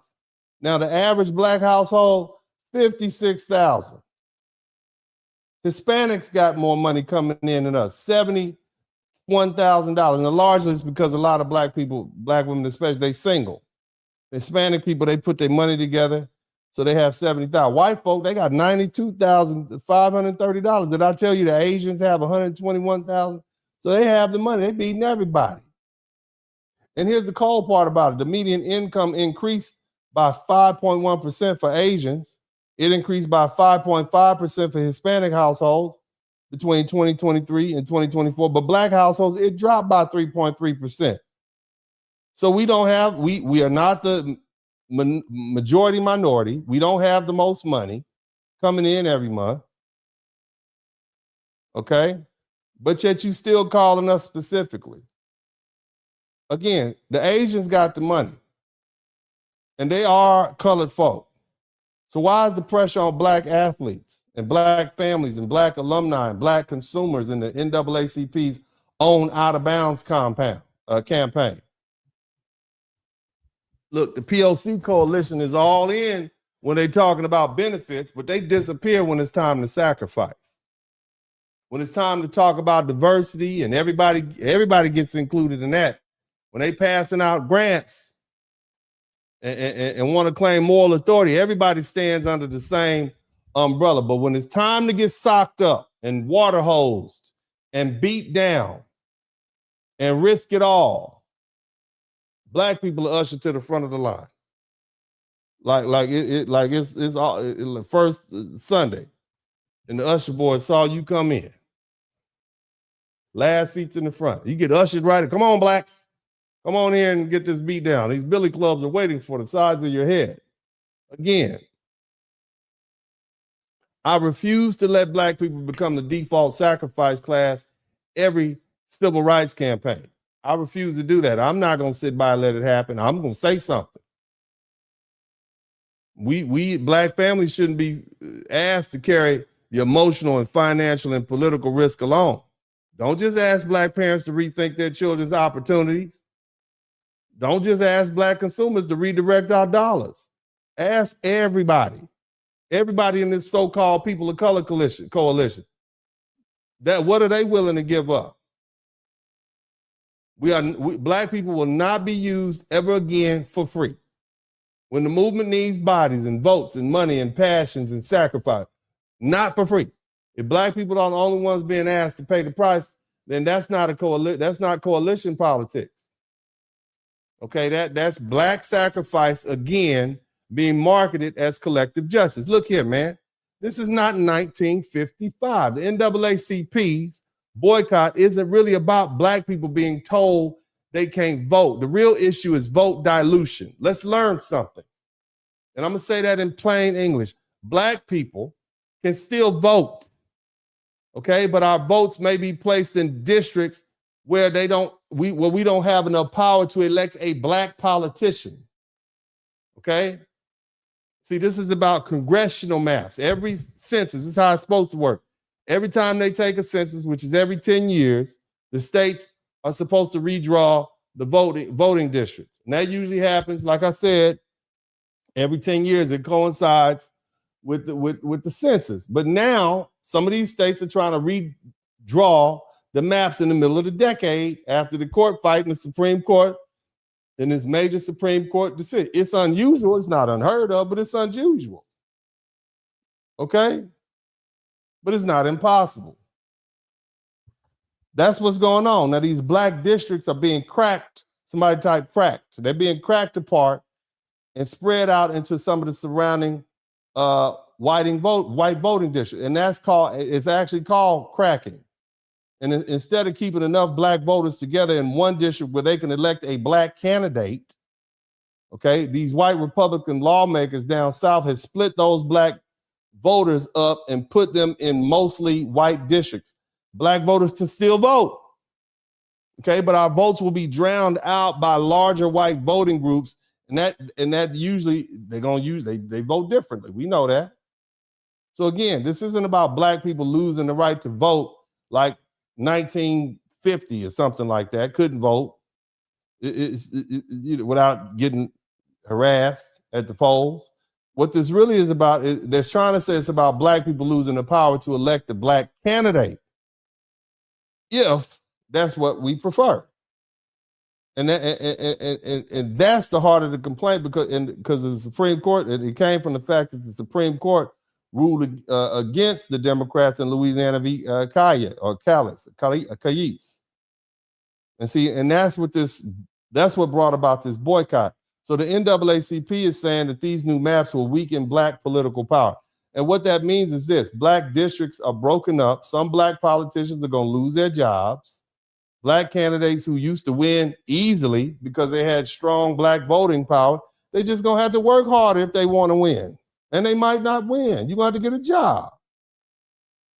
And see, now you see, that's why the NAACP is targeting targeting college sports. They're saying Southern public universities shouldn't keep making money off black athletes and black fans and black alumni and black culture, while their state governments are rearranging the districts of so-called black politicians, right?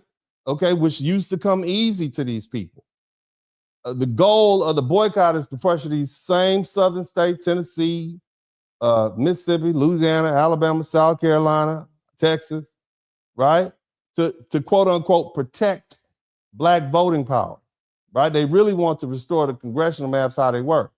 So again, this is not about football. It's not like they're asking you to protest football because black athletes are, receiving health issues like concussions, et cetera, et cetera. This is about politics.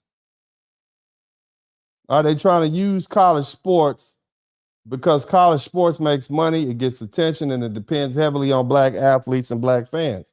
Now, again, one of the biggest problems with this NAACP out of bounds campaign is that it targets these southern states without clearly explaining what black families are supposed to do next. I want you to listen to me now.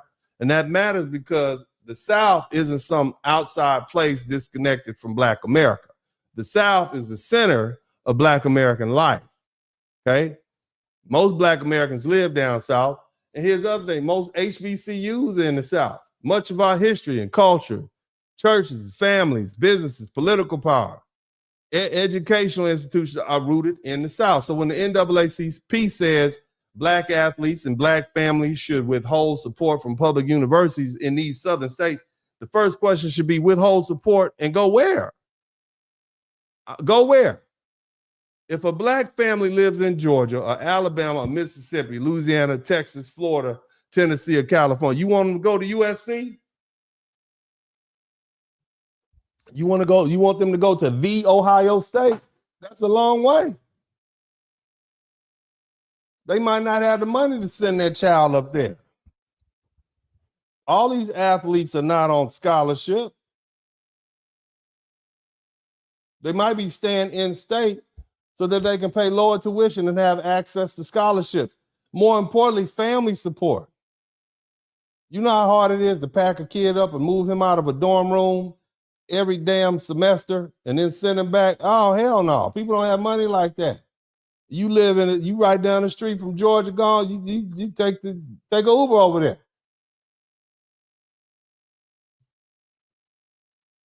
But see, the thing is, if they're being told not to attend certain schools in their own state, that may mean paying out-of-state tuition somewhere else, moving farther away from supportive family, or giving up opportunities they already had laid out for them. And see, here's the thing, the issue gets even more complicated because many of the HBCUs are located in these same southern states. So the message has to be extremely clear. Are they asking Black families to boycott all schools in these states? Are they asking them to boycott only certain public universities? Are they asking them to boycott only athletic programs? Are you asking Black athletes not to play for the SEC, the ACC schools, but to redirect their talent to the HBCUs? See, those are completely different things. Now, if the campaign means don't support major public athletic programs, that profit from Black athletes, while their state governments, that's the issue. Don't support them. But see, if the campaign sounds like don't support schools in these states, that creates confusion because that's what it sounds like. Okay. Many of these schools that serve Black students are also in the same states. Because let me tell you something. I want to tell y'all something now. Tell you something right now. Somebody type right now. Southern University is one of the most important HBCUs in America. It's one of the biggest HBCUs in America.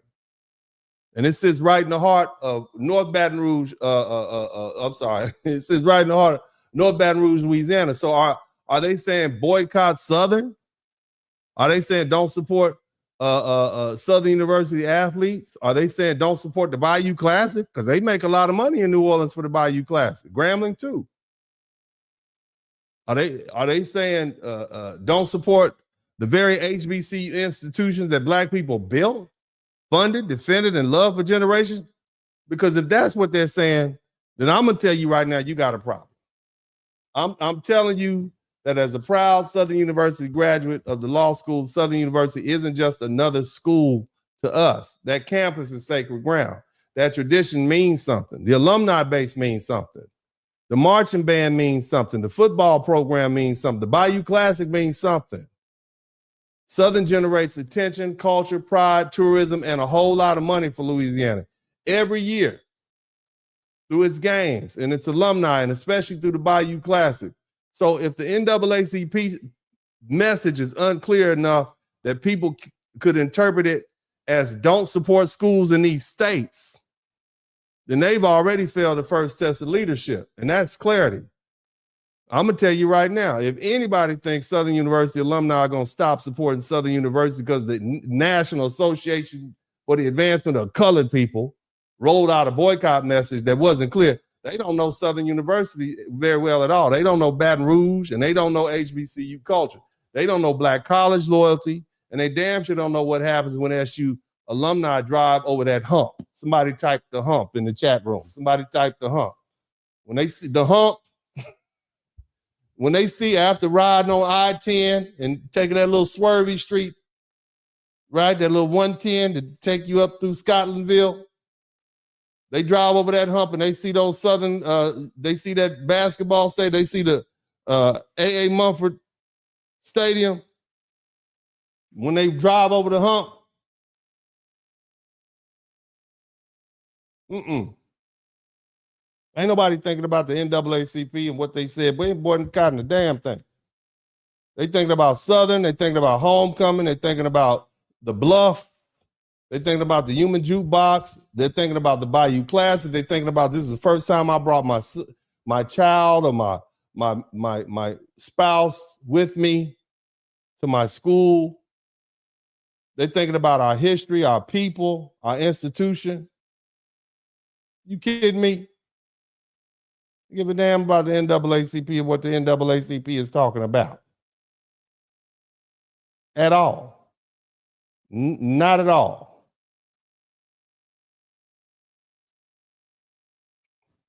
This is me on the hump. Let me show y'all something. This is in the Baton Rouge newspaper. This is 1997. I was a first-year law school student. at Southern University Law School. This is me right there studying on the bluff. Some of y'all might remember that bench.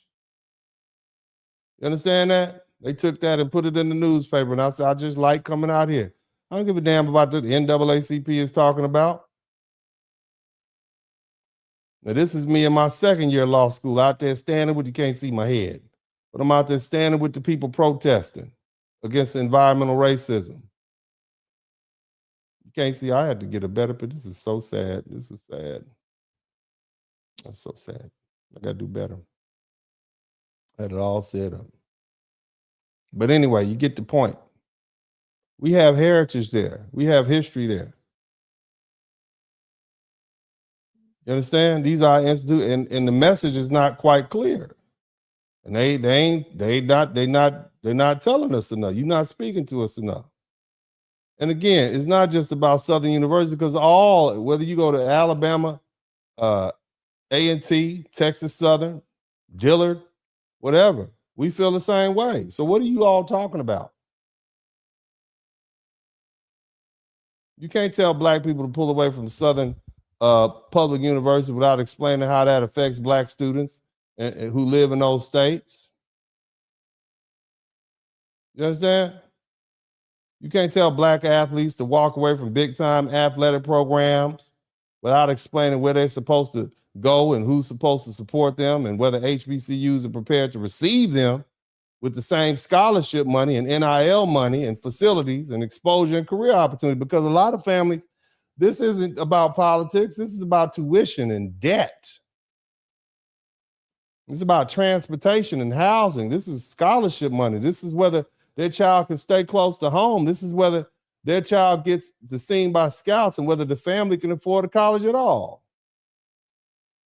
So the Southern state problem is the NAACP is targeting the same region where Black America lives, learns, worships, works, and sends its children to school. That means the boycott can't just be a slogan. It needs to be a plan. It needs to be a clear target. That's reckless for you all to get on the internet and just tell these people don't go to schools in Southern states without giving them a profit. What idiot at the NAACP in headquarters in New York City came up with this dumbass idea? I'm sorry, excuse the language, okay?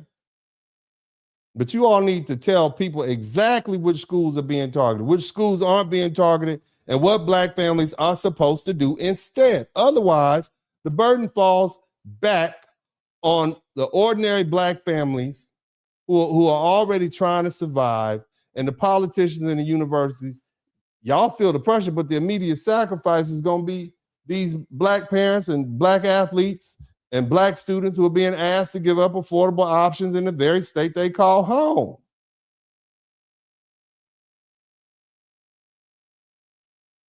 And let me just keep it 100 with you since we talk about HBCUs. I'm a two-time HBCU graduate, Grambling and Southern. That was a hell of a conflict. Who do I root for in the Bayou Classic? I don't ever root against Southern. You see? I'm happy either team when I won either way. Hell, my wife is an HBCU graduate. My ex-wife was an HBCU graduate. In the very near future, my son is going to be an HBCU graduate. So nobody can say I'm anti-HBCU. Nobody can say I don't understand the value of HBCUs. Nobody can say I don't respect the history and our culture and the role that HBCUs have played in Black America. These other institutions are not, these predominantly white institutions are not equipped to do the job HBCUs do. They can't educate the number of black people that HBCUs have and send us out into the workforce. My family is living proof that I believe in HBCUs, but here's a major difference between sending a student to an HBCU for a law degree or a medical degree or education and asking an elite level 4-star, 5-star recruit black athlete to put his athletic future on the line as part of a political protest. My son isn't going to a HBCU as a 5-star quarterback with the possibility of getting multi-million-dollar NIL deal and being looked at for the NFL or the NBA or some major league. Not these older ones. Now that little one, he might go. His boy gonna be about 6'9". He might go. But the bottom line is that's what matters. For a regular student, the question is education, is culture, is community, it's degree completion, and opportunity. But for elite Black male athletes, the question is also about exposure and player development and facilities and strength training and nutrition, sports medicine, television coverage, NIL deals, draft preparation, professional scouting, and whether that school can help turn a short athletic window into generational wealth. Those are two different conversations. And this is where people need to stop playing games. We're going to stop playing these games. HBCUs have value, but most HBCU athlete programs don't have the infrastructure like the SEC, the ACC, the Big 10, the Big 12. They don't have the NBA pipeline. They don't have the NFL pipeline. They don't have the MLB pipeline. They don't have the same television network or booster systems or NIL collectives and business operations or facilities. They don't have the media, the machine, or the national recruiting power and track record of taking elite athletes and consistently turning them into first-round draft picks and national stars, multimillionaires, and pretending otherwise. That doesn't help HBCUs or Black athletes. Look what happened to Deion Sanders at Jackson State. Shout out to Jackson State. Deion brought attention, energy, media coverage. He brought recruits. He brought belief. He brought excitement. He showed what was possible when star power met an HBC program. But even Deion Sanders eventually left J-State. He went to Colorado. And whether people liked the decision or hated it, it exposed a bigger issue. One man's fame wasn't enough to erase that infrastructure gap. And Deion Sanders, with the NFL credibility and celebrity status, relationships, media reach, and recruiting power, he couldn't fully overcome the gap by himself. He couldn't do it. If he couldn't do it, how you going to get a regular HBCU athletic department to carry the weight of a national boycott without serious money planning and infrastructure? You understand what I'm saying? Let's do some numbers. The NFL salary cap is $300 million per team. It's actually $301.2 million per team. And that means the league is built around billions of dollars in player compensation across the whole league. And the 2025 NFL rookie minimum salary, minimum, $840,000. So even the lowest paid rookie on the active roster is close to becoming a millionaire in one season before taxes and expenses. The NBA is even more. Even the 15th pick in the 2025 draft was supposed to get $3.8 million. That's damn near $4 million first year. And many first-round picks make several million more dollars than that. Major League, $5.3 billion. Their payroll is $5.32 billion in 2025. You understand? I mean, these American professional ball leagues have created real life. I mean, they got life-changing money for athletes, Black athletes and their families. They've created millionaires, generational wealth, homes, businesses, investments, foundations, financial freedom for families that may have come from nothing.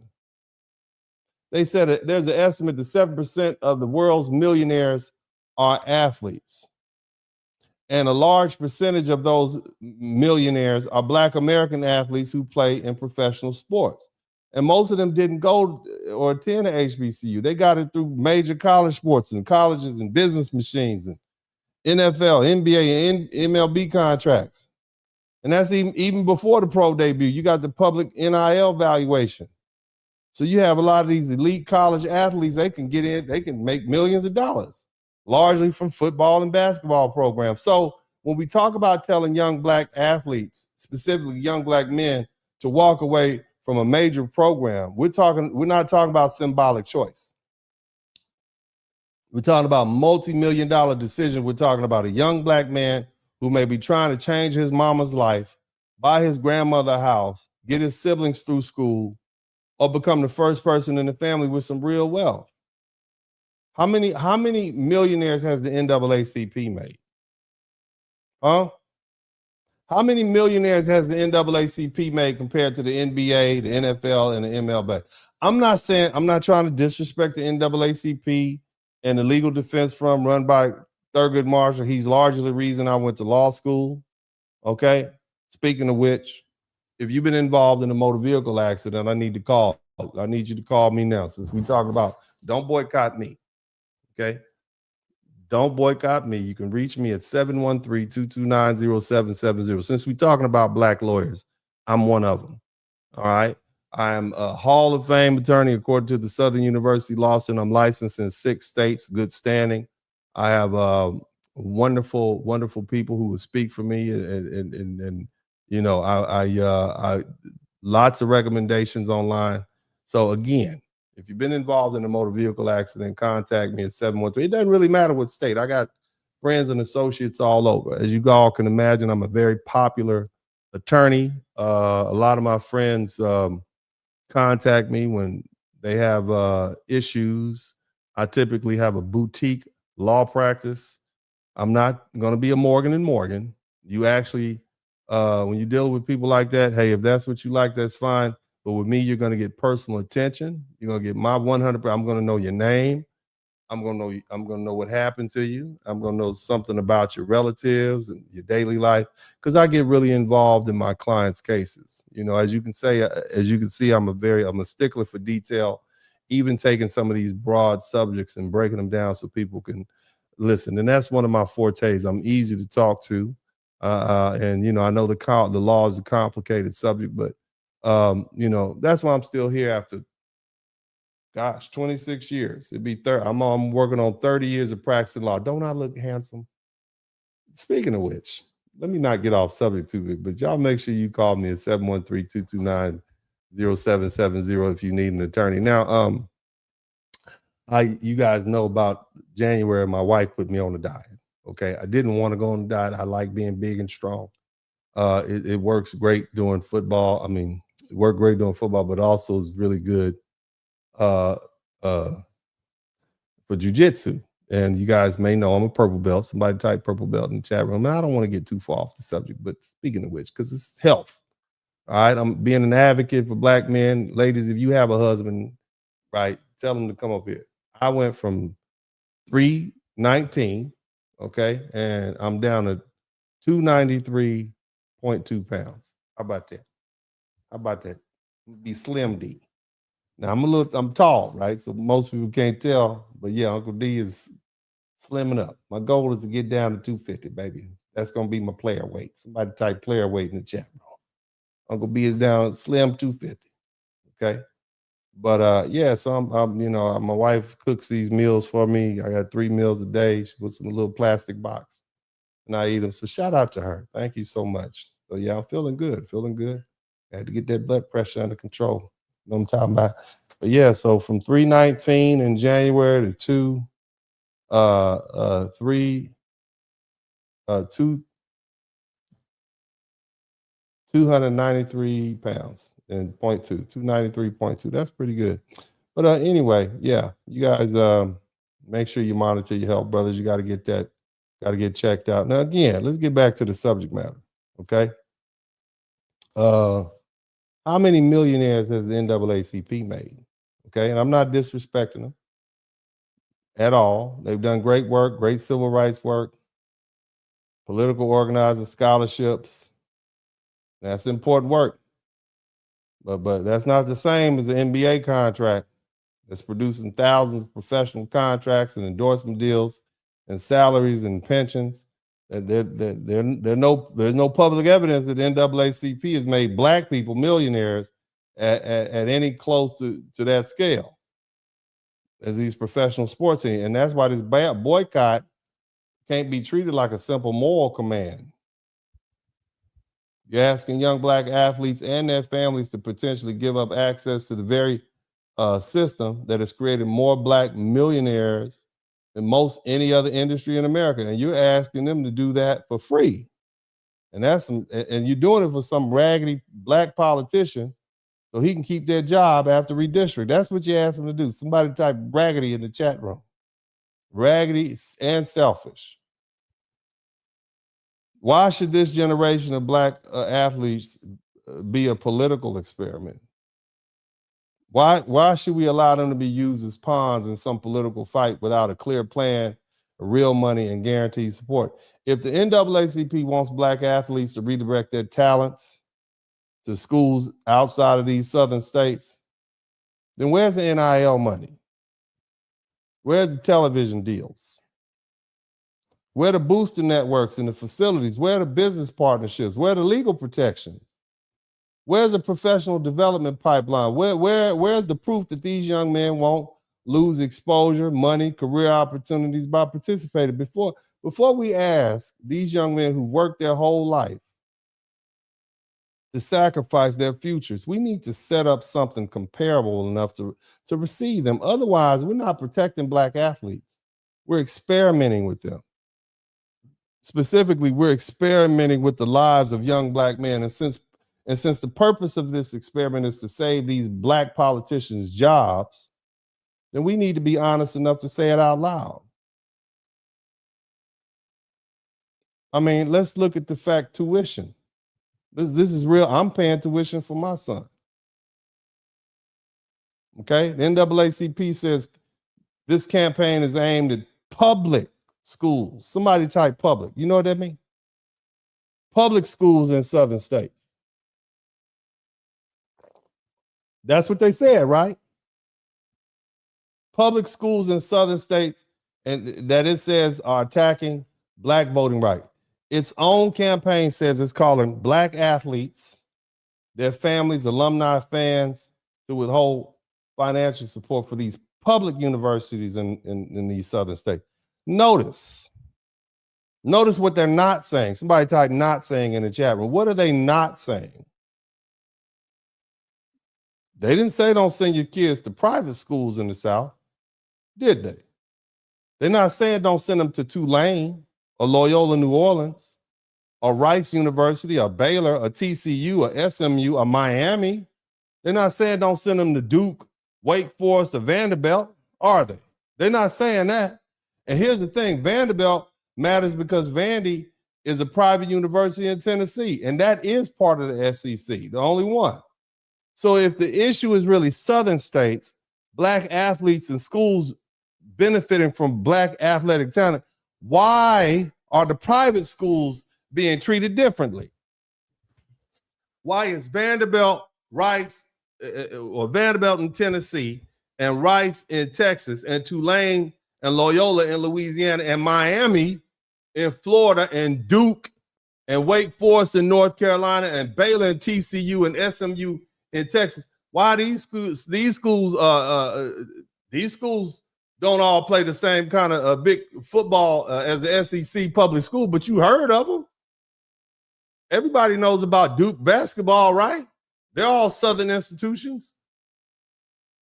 They still benefit from athletics. And a lot of them benefit from black athletes. So why are they being left out? That sounds fishy to me.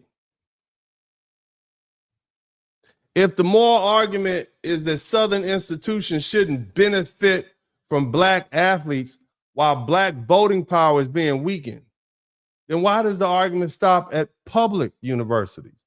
I need somebody from the National Association of Colored People to come explain that to me. Because see, my hunch tells me that it's because these private institutions are treated as part of the liberal elite education class. It's because they don't represent the same political target.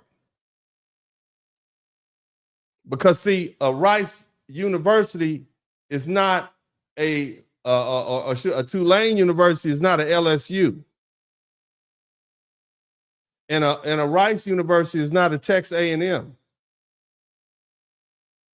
So is this really about Southern institutions, or is it more about putting pressure on certain public schools tied to Republican-led state governments? That's all I'm asking. I'm just asking questions. Are you learning something? Because I'm learning a lot. You give it a little thought.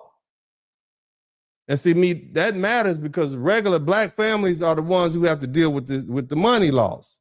If a black student lives in Texas, in Georgia, or Florida, Alabama, Louisiana, Mississippi, Tennessee, or South Carolina, and a public university in that state is more affordable and it's his option, why wouldn't he take it? You got in-state tuition is going to be a little cheaper than out-of-state tuition.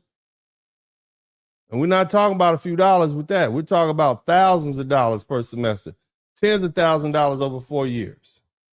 So if the NAACP is telling black families not to send their kids, their young children, to certain public universities in the same states where they already live, then the question is simple. Who's supposed to pay the difference?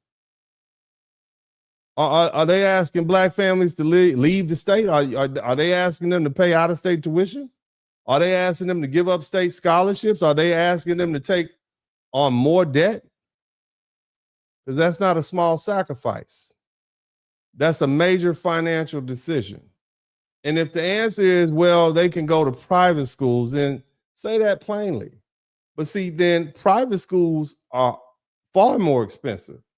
And most black families can't just casually come up with tuition for Tulane and Rice, and Vanderbilt and Duke and Wake Forest and Baylor and TCU and SMU. They acting like money doesn't matter. What family do you know in Florida can afford to pay the tuition for Miami and they got a young athlete? So are these regular black families supposed to take on more debt for political protests while these private Southern schools get it passed? See, that's the problem with these slogans. That's the problem with these slogans. Slogans don't pay tuition, man. Slogans don't replace lost scholarships, and slogans don't pay for housing and books and meal plans and plane tickets and bus tickets and student loan interest. So before anybody pressures black families into making an expensive education decision, they need to answer some questions. What's the cost? Who's paying it? And why are black families being asked to carry it while private Southern institutions are left out of the conversation? Look here. Y'all heard what I had to say. I really think I've said enough on this subject, and we don't need to belabor the point. So what I'm going to do is let y'all sit with this, and I'm extending an open invitation to that organization, that NAACP, that discusses, who's there for the advancement of colored people. We black people, somebody type, we black people, we want to know, what are we getting for this boycott? And why aren't the rest of the colored people participating in it? Now, big shout out to Kareem Sharif. Look who they are calling to save the government. Jobs. Not the LGBT, not the immigrants, not Hollywood. Young foundational black American men. Ain't that something? See, you all might have missed earlier when I said that when they say black athletes, who they really talking about are young black male athletes. That's what they're really talking about. They talk about young black men, and I put the numbers up there. The majority, was it like 2.4% of the black athletes? Shout out to Jeffrey Izzard. Thank you for the Cash App. And shout out to Patricia Hightower. Thank you so much, baby. Y'all really like this? That's cool. I appreciate y'all. And but I want to make sure I give a shout out to the Cash App crew. So what they're really talking about is young black men, teenage black men making sacrifices. That's what they're talking about. Okay. Where are all these other people at? Where are all these colored people at? And we got 19 super chats. Let's see if we can get 20. If you learn something, you don't owe me anything. If you learn something, I should earn something. That's the deal I make with you all. But if you don't have it, that's fine, baby. Appreciate y'all anyway. Steel Wings, shout out to you. Aaron Gibbs, 3213. Ben Brockton, thank you for the membership. The Greek, good looking out. I always learn something, brother. God bless. Hey, man, God bless you too, man. That's so sweet. Thank you, baby. I appreciate that. That is awesome. Thank you for the blessings. I need all the prayers I can get. Trust me. I thank you all so much. My man, Michael J, 4755. I'm learning. That's cool, man. That's cool. Also, preach, Dennis. Where are SEC universities and liberal white students? It's time for their sacrifice. After making billions of dollars off the backs of black athletes, The black athletes should boycott by attending class only. That's what they're asking us to do. It's crazy as hell, man. For nothing in return. When the NBA players went on strike due to wanting a crime bill during COVID, they sent Obama down there to talk to them into ending the strike. Yeah, he's a so-called pro-union. How ironic. I know. Crazy. Who else we got? Keep teaching them, Jag. I will. SU. I will, baby. Who else we got in here? Melvinia McDonald. I bet you I'm Melvinia McDonald. You know, I bet you got something to say. Thank you for all that you do to educate Black America and keep us informed. Man, I just try to, because I don't really have an agenda, I can look at stuff and, nobody's paying me. Okay. The only people paying me are you all. Y'all are not paying that much, but I appreciate y'all paying. So again, if you've been involved in a car accident, I'm gonna need to help. Y'all need to pay me that way. See that number on the bottom? I'm gonna actually get a commercial. Next time, I'm gonna film a commercial in my office. Okay, because I don't want you all to think I'm one of these people that's out here pretending like they got their degrees from the University of Cuba or something like that. I don't want y'all to do me like that. Okay, I got all my certifications. You can go to my college right now. It's called Grambling State University. You can go there. It's still open right there. You can go down there to the registrar's office, and I'm right there. Matter of fact, you can go to Southern University right now. And when you walk in the hall, when you walk through the Southern University Law Center, okay, if you walk in the atrium, you look to the right, they got me just like that, just smiling, just like that. Because I'm on the Hall of Fame. It's really a wall of fame. Okay, you can see me. People know me. Some of your professors went to school with me. I ain't faking. Okay, I didn't get my degrees from Cuba. I got my degrees from Louisiana, both North and South. Okay, just so you know. But again, I'm gonna have to do a commercial so I can make sure y'all call me when you've been involved in the car. Speaking of which, let me put this Cash App back up here. Cash App is popping. Shout out to everybody who contributed to the Cash App. My man Fuquan, thank you for the $10. My man Big J, they want Black athletes to sacrifice exposure and potentially a lot of money just to save their jobs. He said their seats. I'm gonna say jobs. But ask yourself, what has the Dem done for Black people before the map changes? This is how low key. Yeah, what have they actually done that makes us motivated to save their job? You ain't did nothing. You broke up Black families. You got everybody hooked on welfare. You made promises you couldn't keep. Now you got a bunch of kickbacks. Most of y'all been in the Senate too long, and you've been in the Congress too long anyway. You ain't did nothing for us. Shout out to my man Fuquan again. He came back with the 10. Also, D-Jar V6K. Thank you so much, fam. And then who else we got? Philosophical Truth Wisdom. Thank you for the $1.99. It's not a dumb idea, and more things like this should be done. Man, please. You got to pay more, brother. I appreciate the $1.99, but I can't read all that. The acronyms do better. But I appreciate your input. Thank you so much. Throw DC in there too. They swear it's the South. No, DC not. Shout out to DC, but it's not the South. Y'all are not down here. Sitting this one out, done being used. Amen to that, Michael J. My man Fuquan is back. We got 20 super chats up in here. Who else we got in here? Let me see here. I think Big J again came through. Brilliant broadcast tonight. I'm so glad you covered this. And plus, you broke it down and articulated perfectly. Salute. Good looking out. Thank you, everybody. Everybody get the hand clap.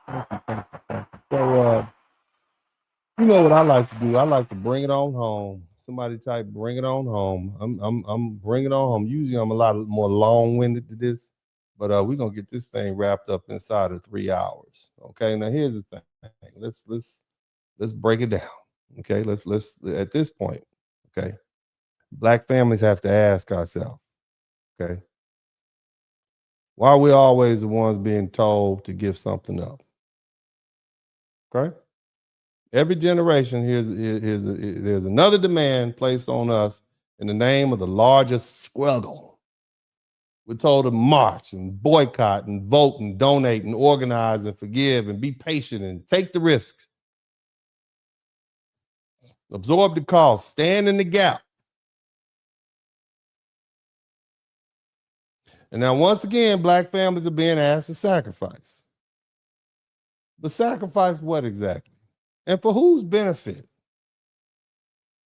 And that's a lot to ask a black family, a black American family to sacrifice.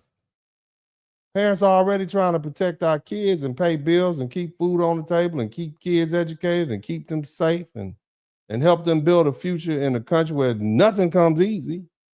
And so when an organization like the NAACP says we need to stand, we need you to stand up for us, the cause, black families have every right to ask a question. What does that stand cost us? Because if sacrifice sounds noble when somebody else is asking for it, but when it's your child, somebody type my child, everybody who has a child, they're asking your child to take less for everybody. And everybody's not going to do for your child. Everybody didn't do for your child. You did for your child. It's going to be your money, your opportunity, your future, and your family on the line. And see, that's when the sacrifice becomes real. And see, that's where that emotional pill has to be challenged. You can't wrap something in civil rights language and expect black people to automatically fall in line.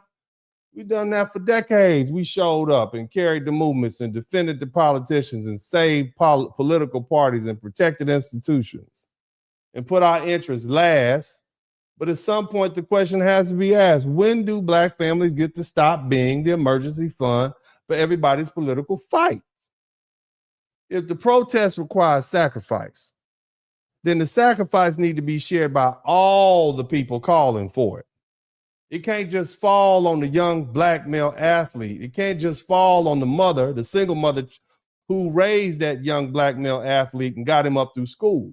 It can't just fall on the father trying to keep his child from drowning in debt. It can't just fall on the student who has one chance to turn his athletic talent into opportunity. And so if a civil rights organization as powerful and long-standing as the NAACP wants black families to sacrifice, right, then that organization need to show what they're sacrificing is to. Where's the money? Where's the protection? Where's the guarantee? Where's the skin in the game? Because without this becomes another situation where black people carry the moral burden while the other people of color get the political benefit. We tired of that. See, these speeches sound good. But see, the real burden lands on ordinary black people like the people listening to me right now. And that's why they're here.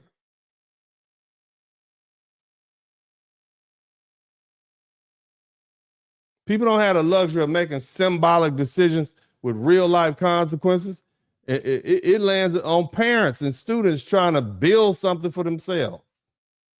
And that's why the question is so powerful. That's a lot to ask a black American family to sacrifice. It brings the conversation back to reality too. Before you ask us to give up any damn thing else, explain exactly what you're asking everybody else to give up, who's going to benefit from it, and how long this sacrifice is supposed to last, and what black families are supposed to do and receive in return, because black people shouldn't be treated like an unlimited resource. We are tired. Our time is not unlimited. Our money is not unlimited. And our patience is not unlimited. And our children's future are definitely unlimited. So before anybody tells black folk, black families to sacrifice again, they need to answer that basic question. Why is the burden always placed on us first? Why are black families always expected to prove our loyalty to the cause by giving something up?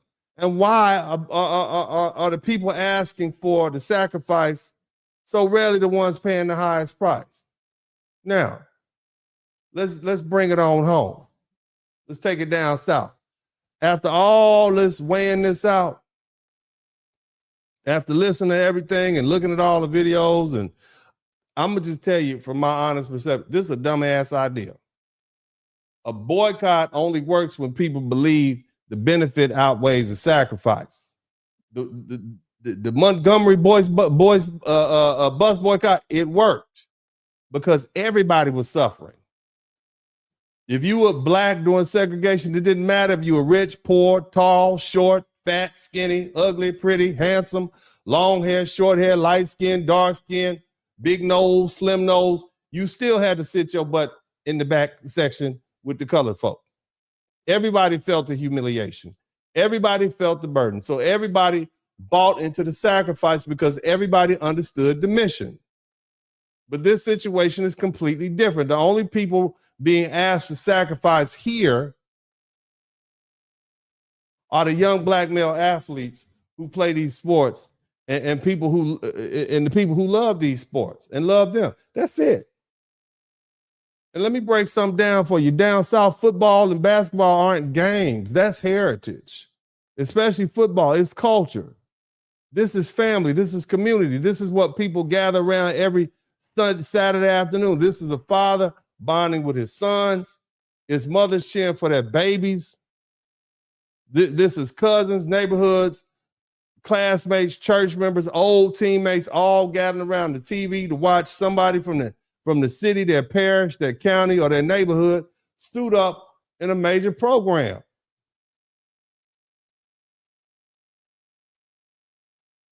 People in some of these other states y'all don't understand that you sitting up there in New York or New Jersey with your weak ass football culture.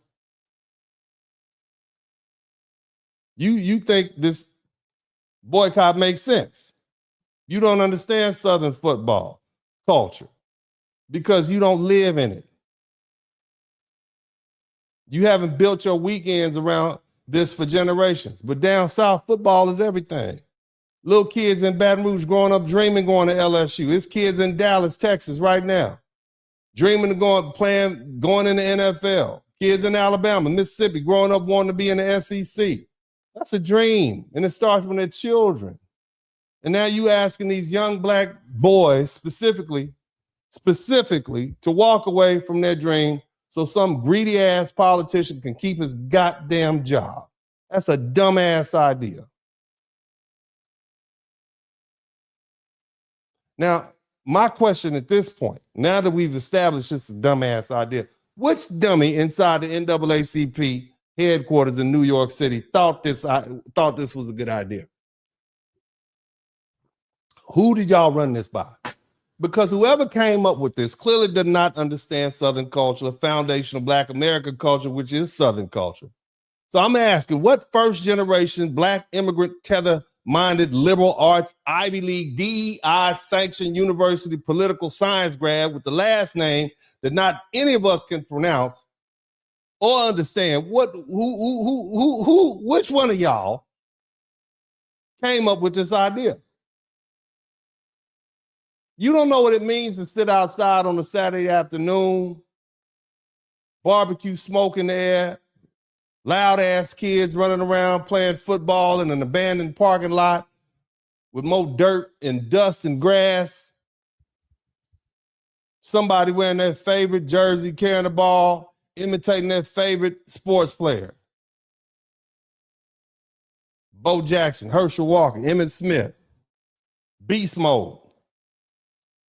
Or just something as simple as a family locked in watching LSU play Florida, or Alabama play Auburn, or Texas A&M take the field while you're heating up barbecue and eating chicken wings and talking cash shit about how your team is gonna whoop that ass this year. That's culture. That's culture. That's tradition. That's memory. That's family. That's Southern culture. Matter of fact, Southern culture is American culture. And this idea is going to fail. Because see,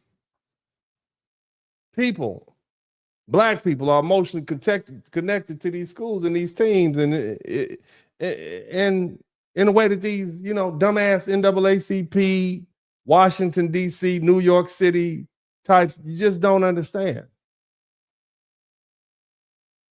And I already said that the minute somebody from Baton Rouge sees Southern University or LSU or the human jukebox, all that goddamn boycott talk is going to go out the window. The minute somebody's nephew, cousin, godson, former UA football teammate signs with Georgia, Alabama, Texas, or Florida, Louisiana, everybody going to be glued to the TV supporting them.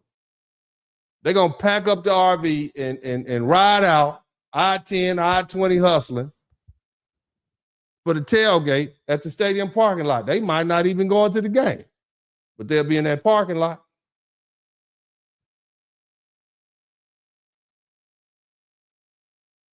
Now, for you idiots who want to compare this to the Target boycott, you need to stop. First of all, Target is not deeply ingrained in everyday Black American life. We don't train every day to go shop in Target. Okay? We're not round. Look,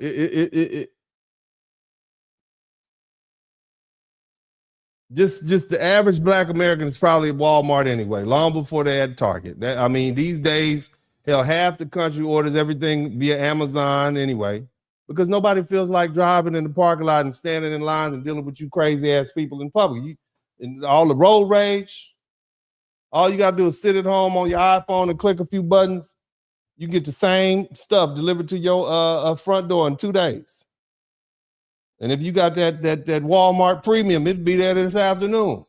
And that's why this whole Target protest boycott is different. People don't emotionally need Target. People down south absolutely love football and basketball. And that connection is emotional, cultural, is regional, is generational. You're not going to break that with a press release and some hashtag and some random TikTok video. We ain't watching TikTok.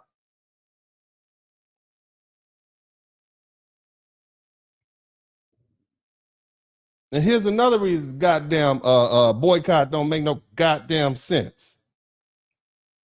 Nobody even knows if the political result the NAACP is predicting is actually going to happen. You're acting like if Black districts are redrawn, Black political power automatically disappears forever. And that's not necessarily true. Have we considered maybe what could possibly happen is that white politicians in those newly drawn districts will now have to say, we might have to compete for these Black votes. We can't really ignore them. If a district becomes 20%, 17%, 21% Black, that Black population can become the swing vote. That means politicians who didn't care about Black voters, who took them for granted, them black-faced politicians, the ones, Black people in high places, right? We won't get that experience anymore. Now, these white politicians are going to have to come earn the Black vote. Somebody type tangibles in the chat room. They're going to have to come with the tangibles. We're no longer giving our votes away for free. Now, it was a time, if you Black, we vote for you. But since both of y'all white, what you got? You see? Why haven't they said that? The reason why they haven't said that is because their focus is on making sure these raggedy Black politicians keep their job. But the idea that Black people only have power when we're packed into one district and forced to support one Black politician or another Black politician, that's not even true anymore. We've had Black politicians for decades. We've had Black mayors. We've had Black city councils, Black state representatives, Black members of Congress. But has any of that solved our issues, having Black faces in high places? I'm just asking you, has any of that solved any issues? Huh? It's a lot of cities run by Black politicians. Where's Philly at? Where's Chicago? What about LA? To me, I'm just going to say to me, somebody type to me, it seems that Black politicians ignore Black voters and take us for granted. That's what it seemed like to me. I might be wrong. What do y'all say? Let me know in the comments section. See, again, the real issue, the reason that these folks are in alarm is because we have black faces in high places. Okay? That's what they're concerned about. It's whether but my concern is whether our actual needs are being met by these politicians. And the politicians of any color suddenly realize black voters are now the deciding factor in these mixed districts, then they'll finally have to compete for the black vote and black support instead of assuming they automatically gonna get it. And that's the political experiment.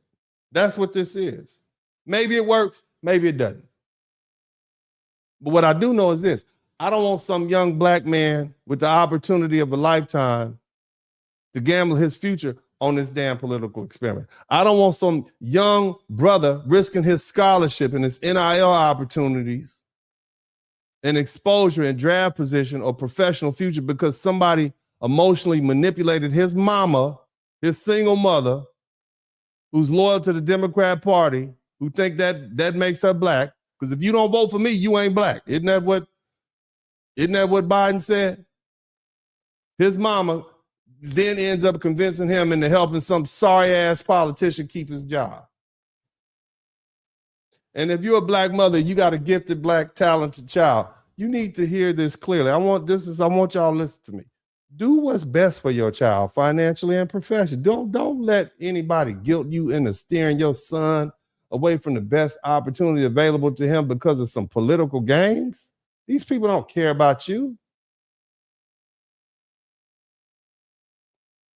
That young man has one shot to change his life and your life.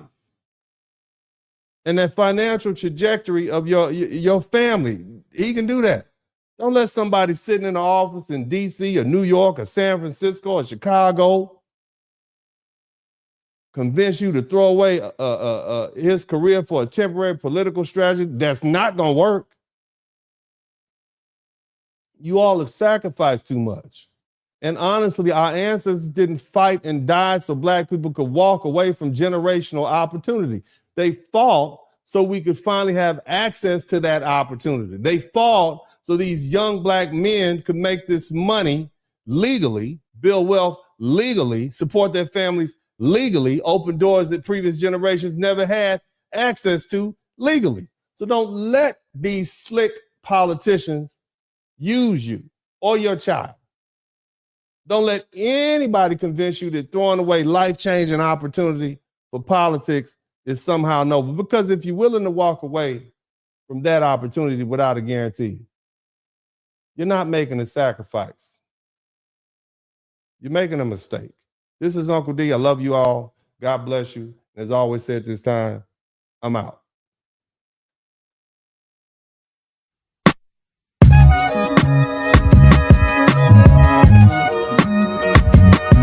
In the Spurling podcast, hit the like button, subscribe.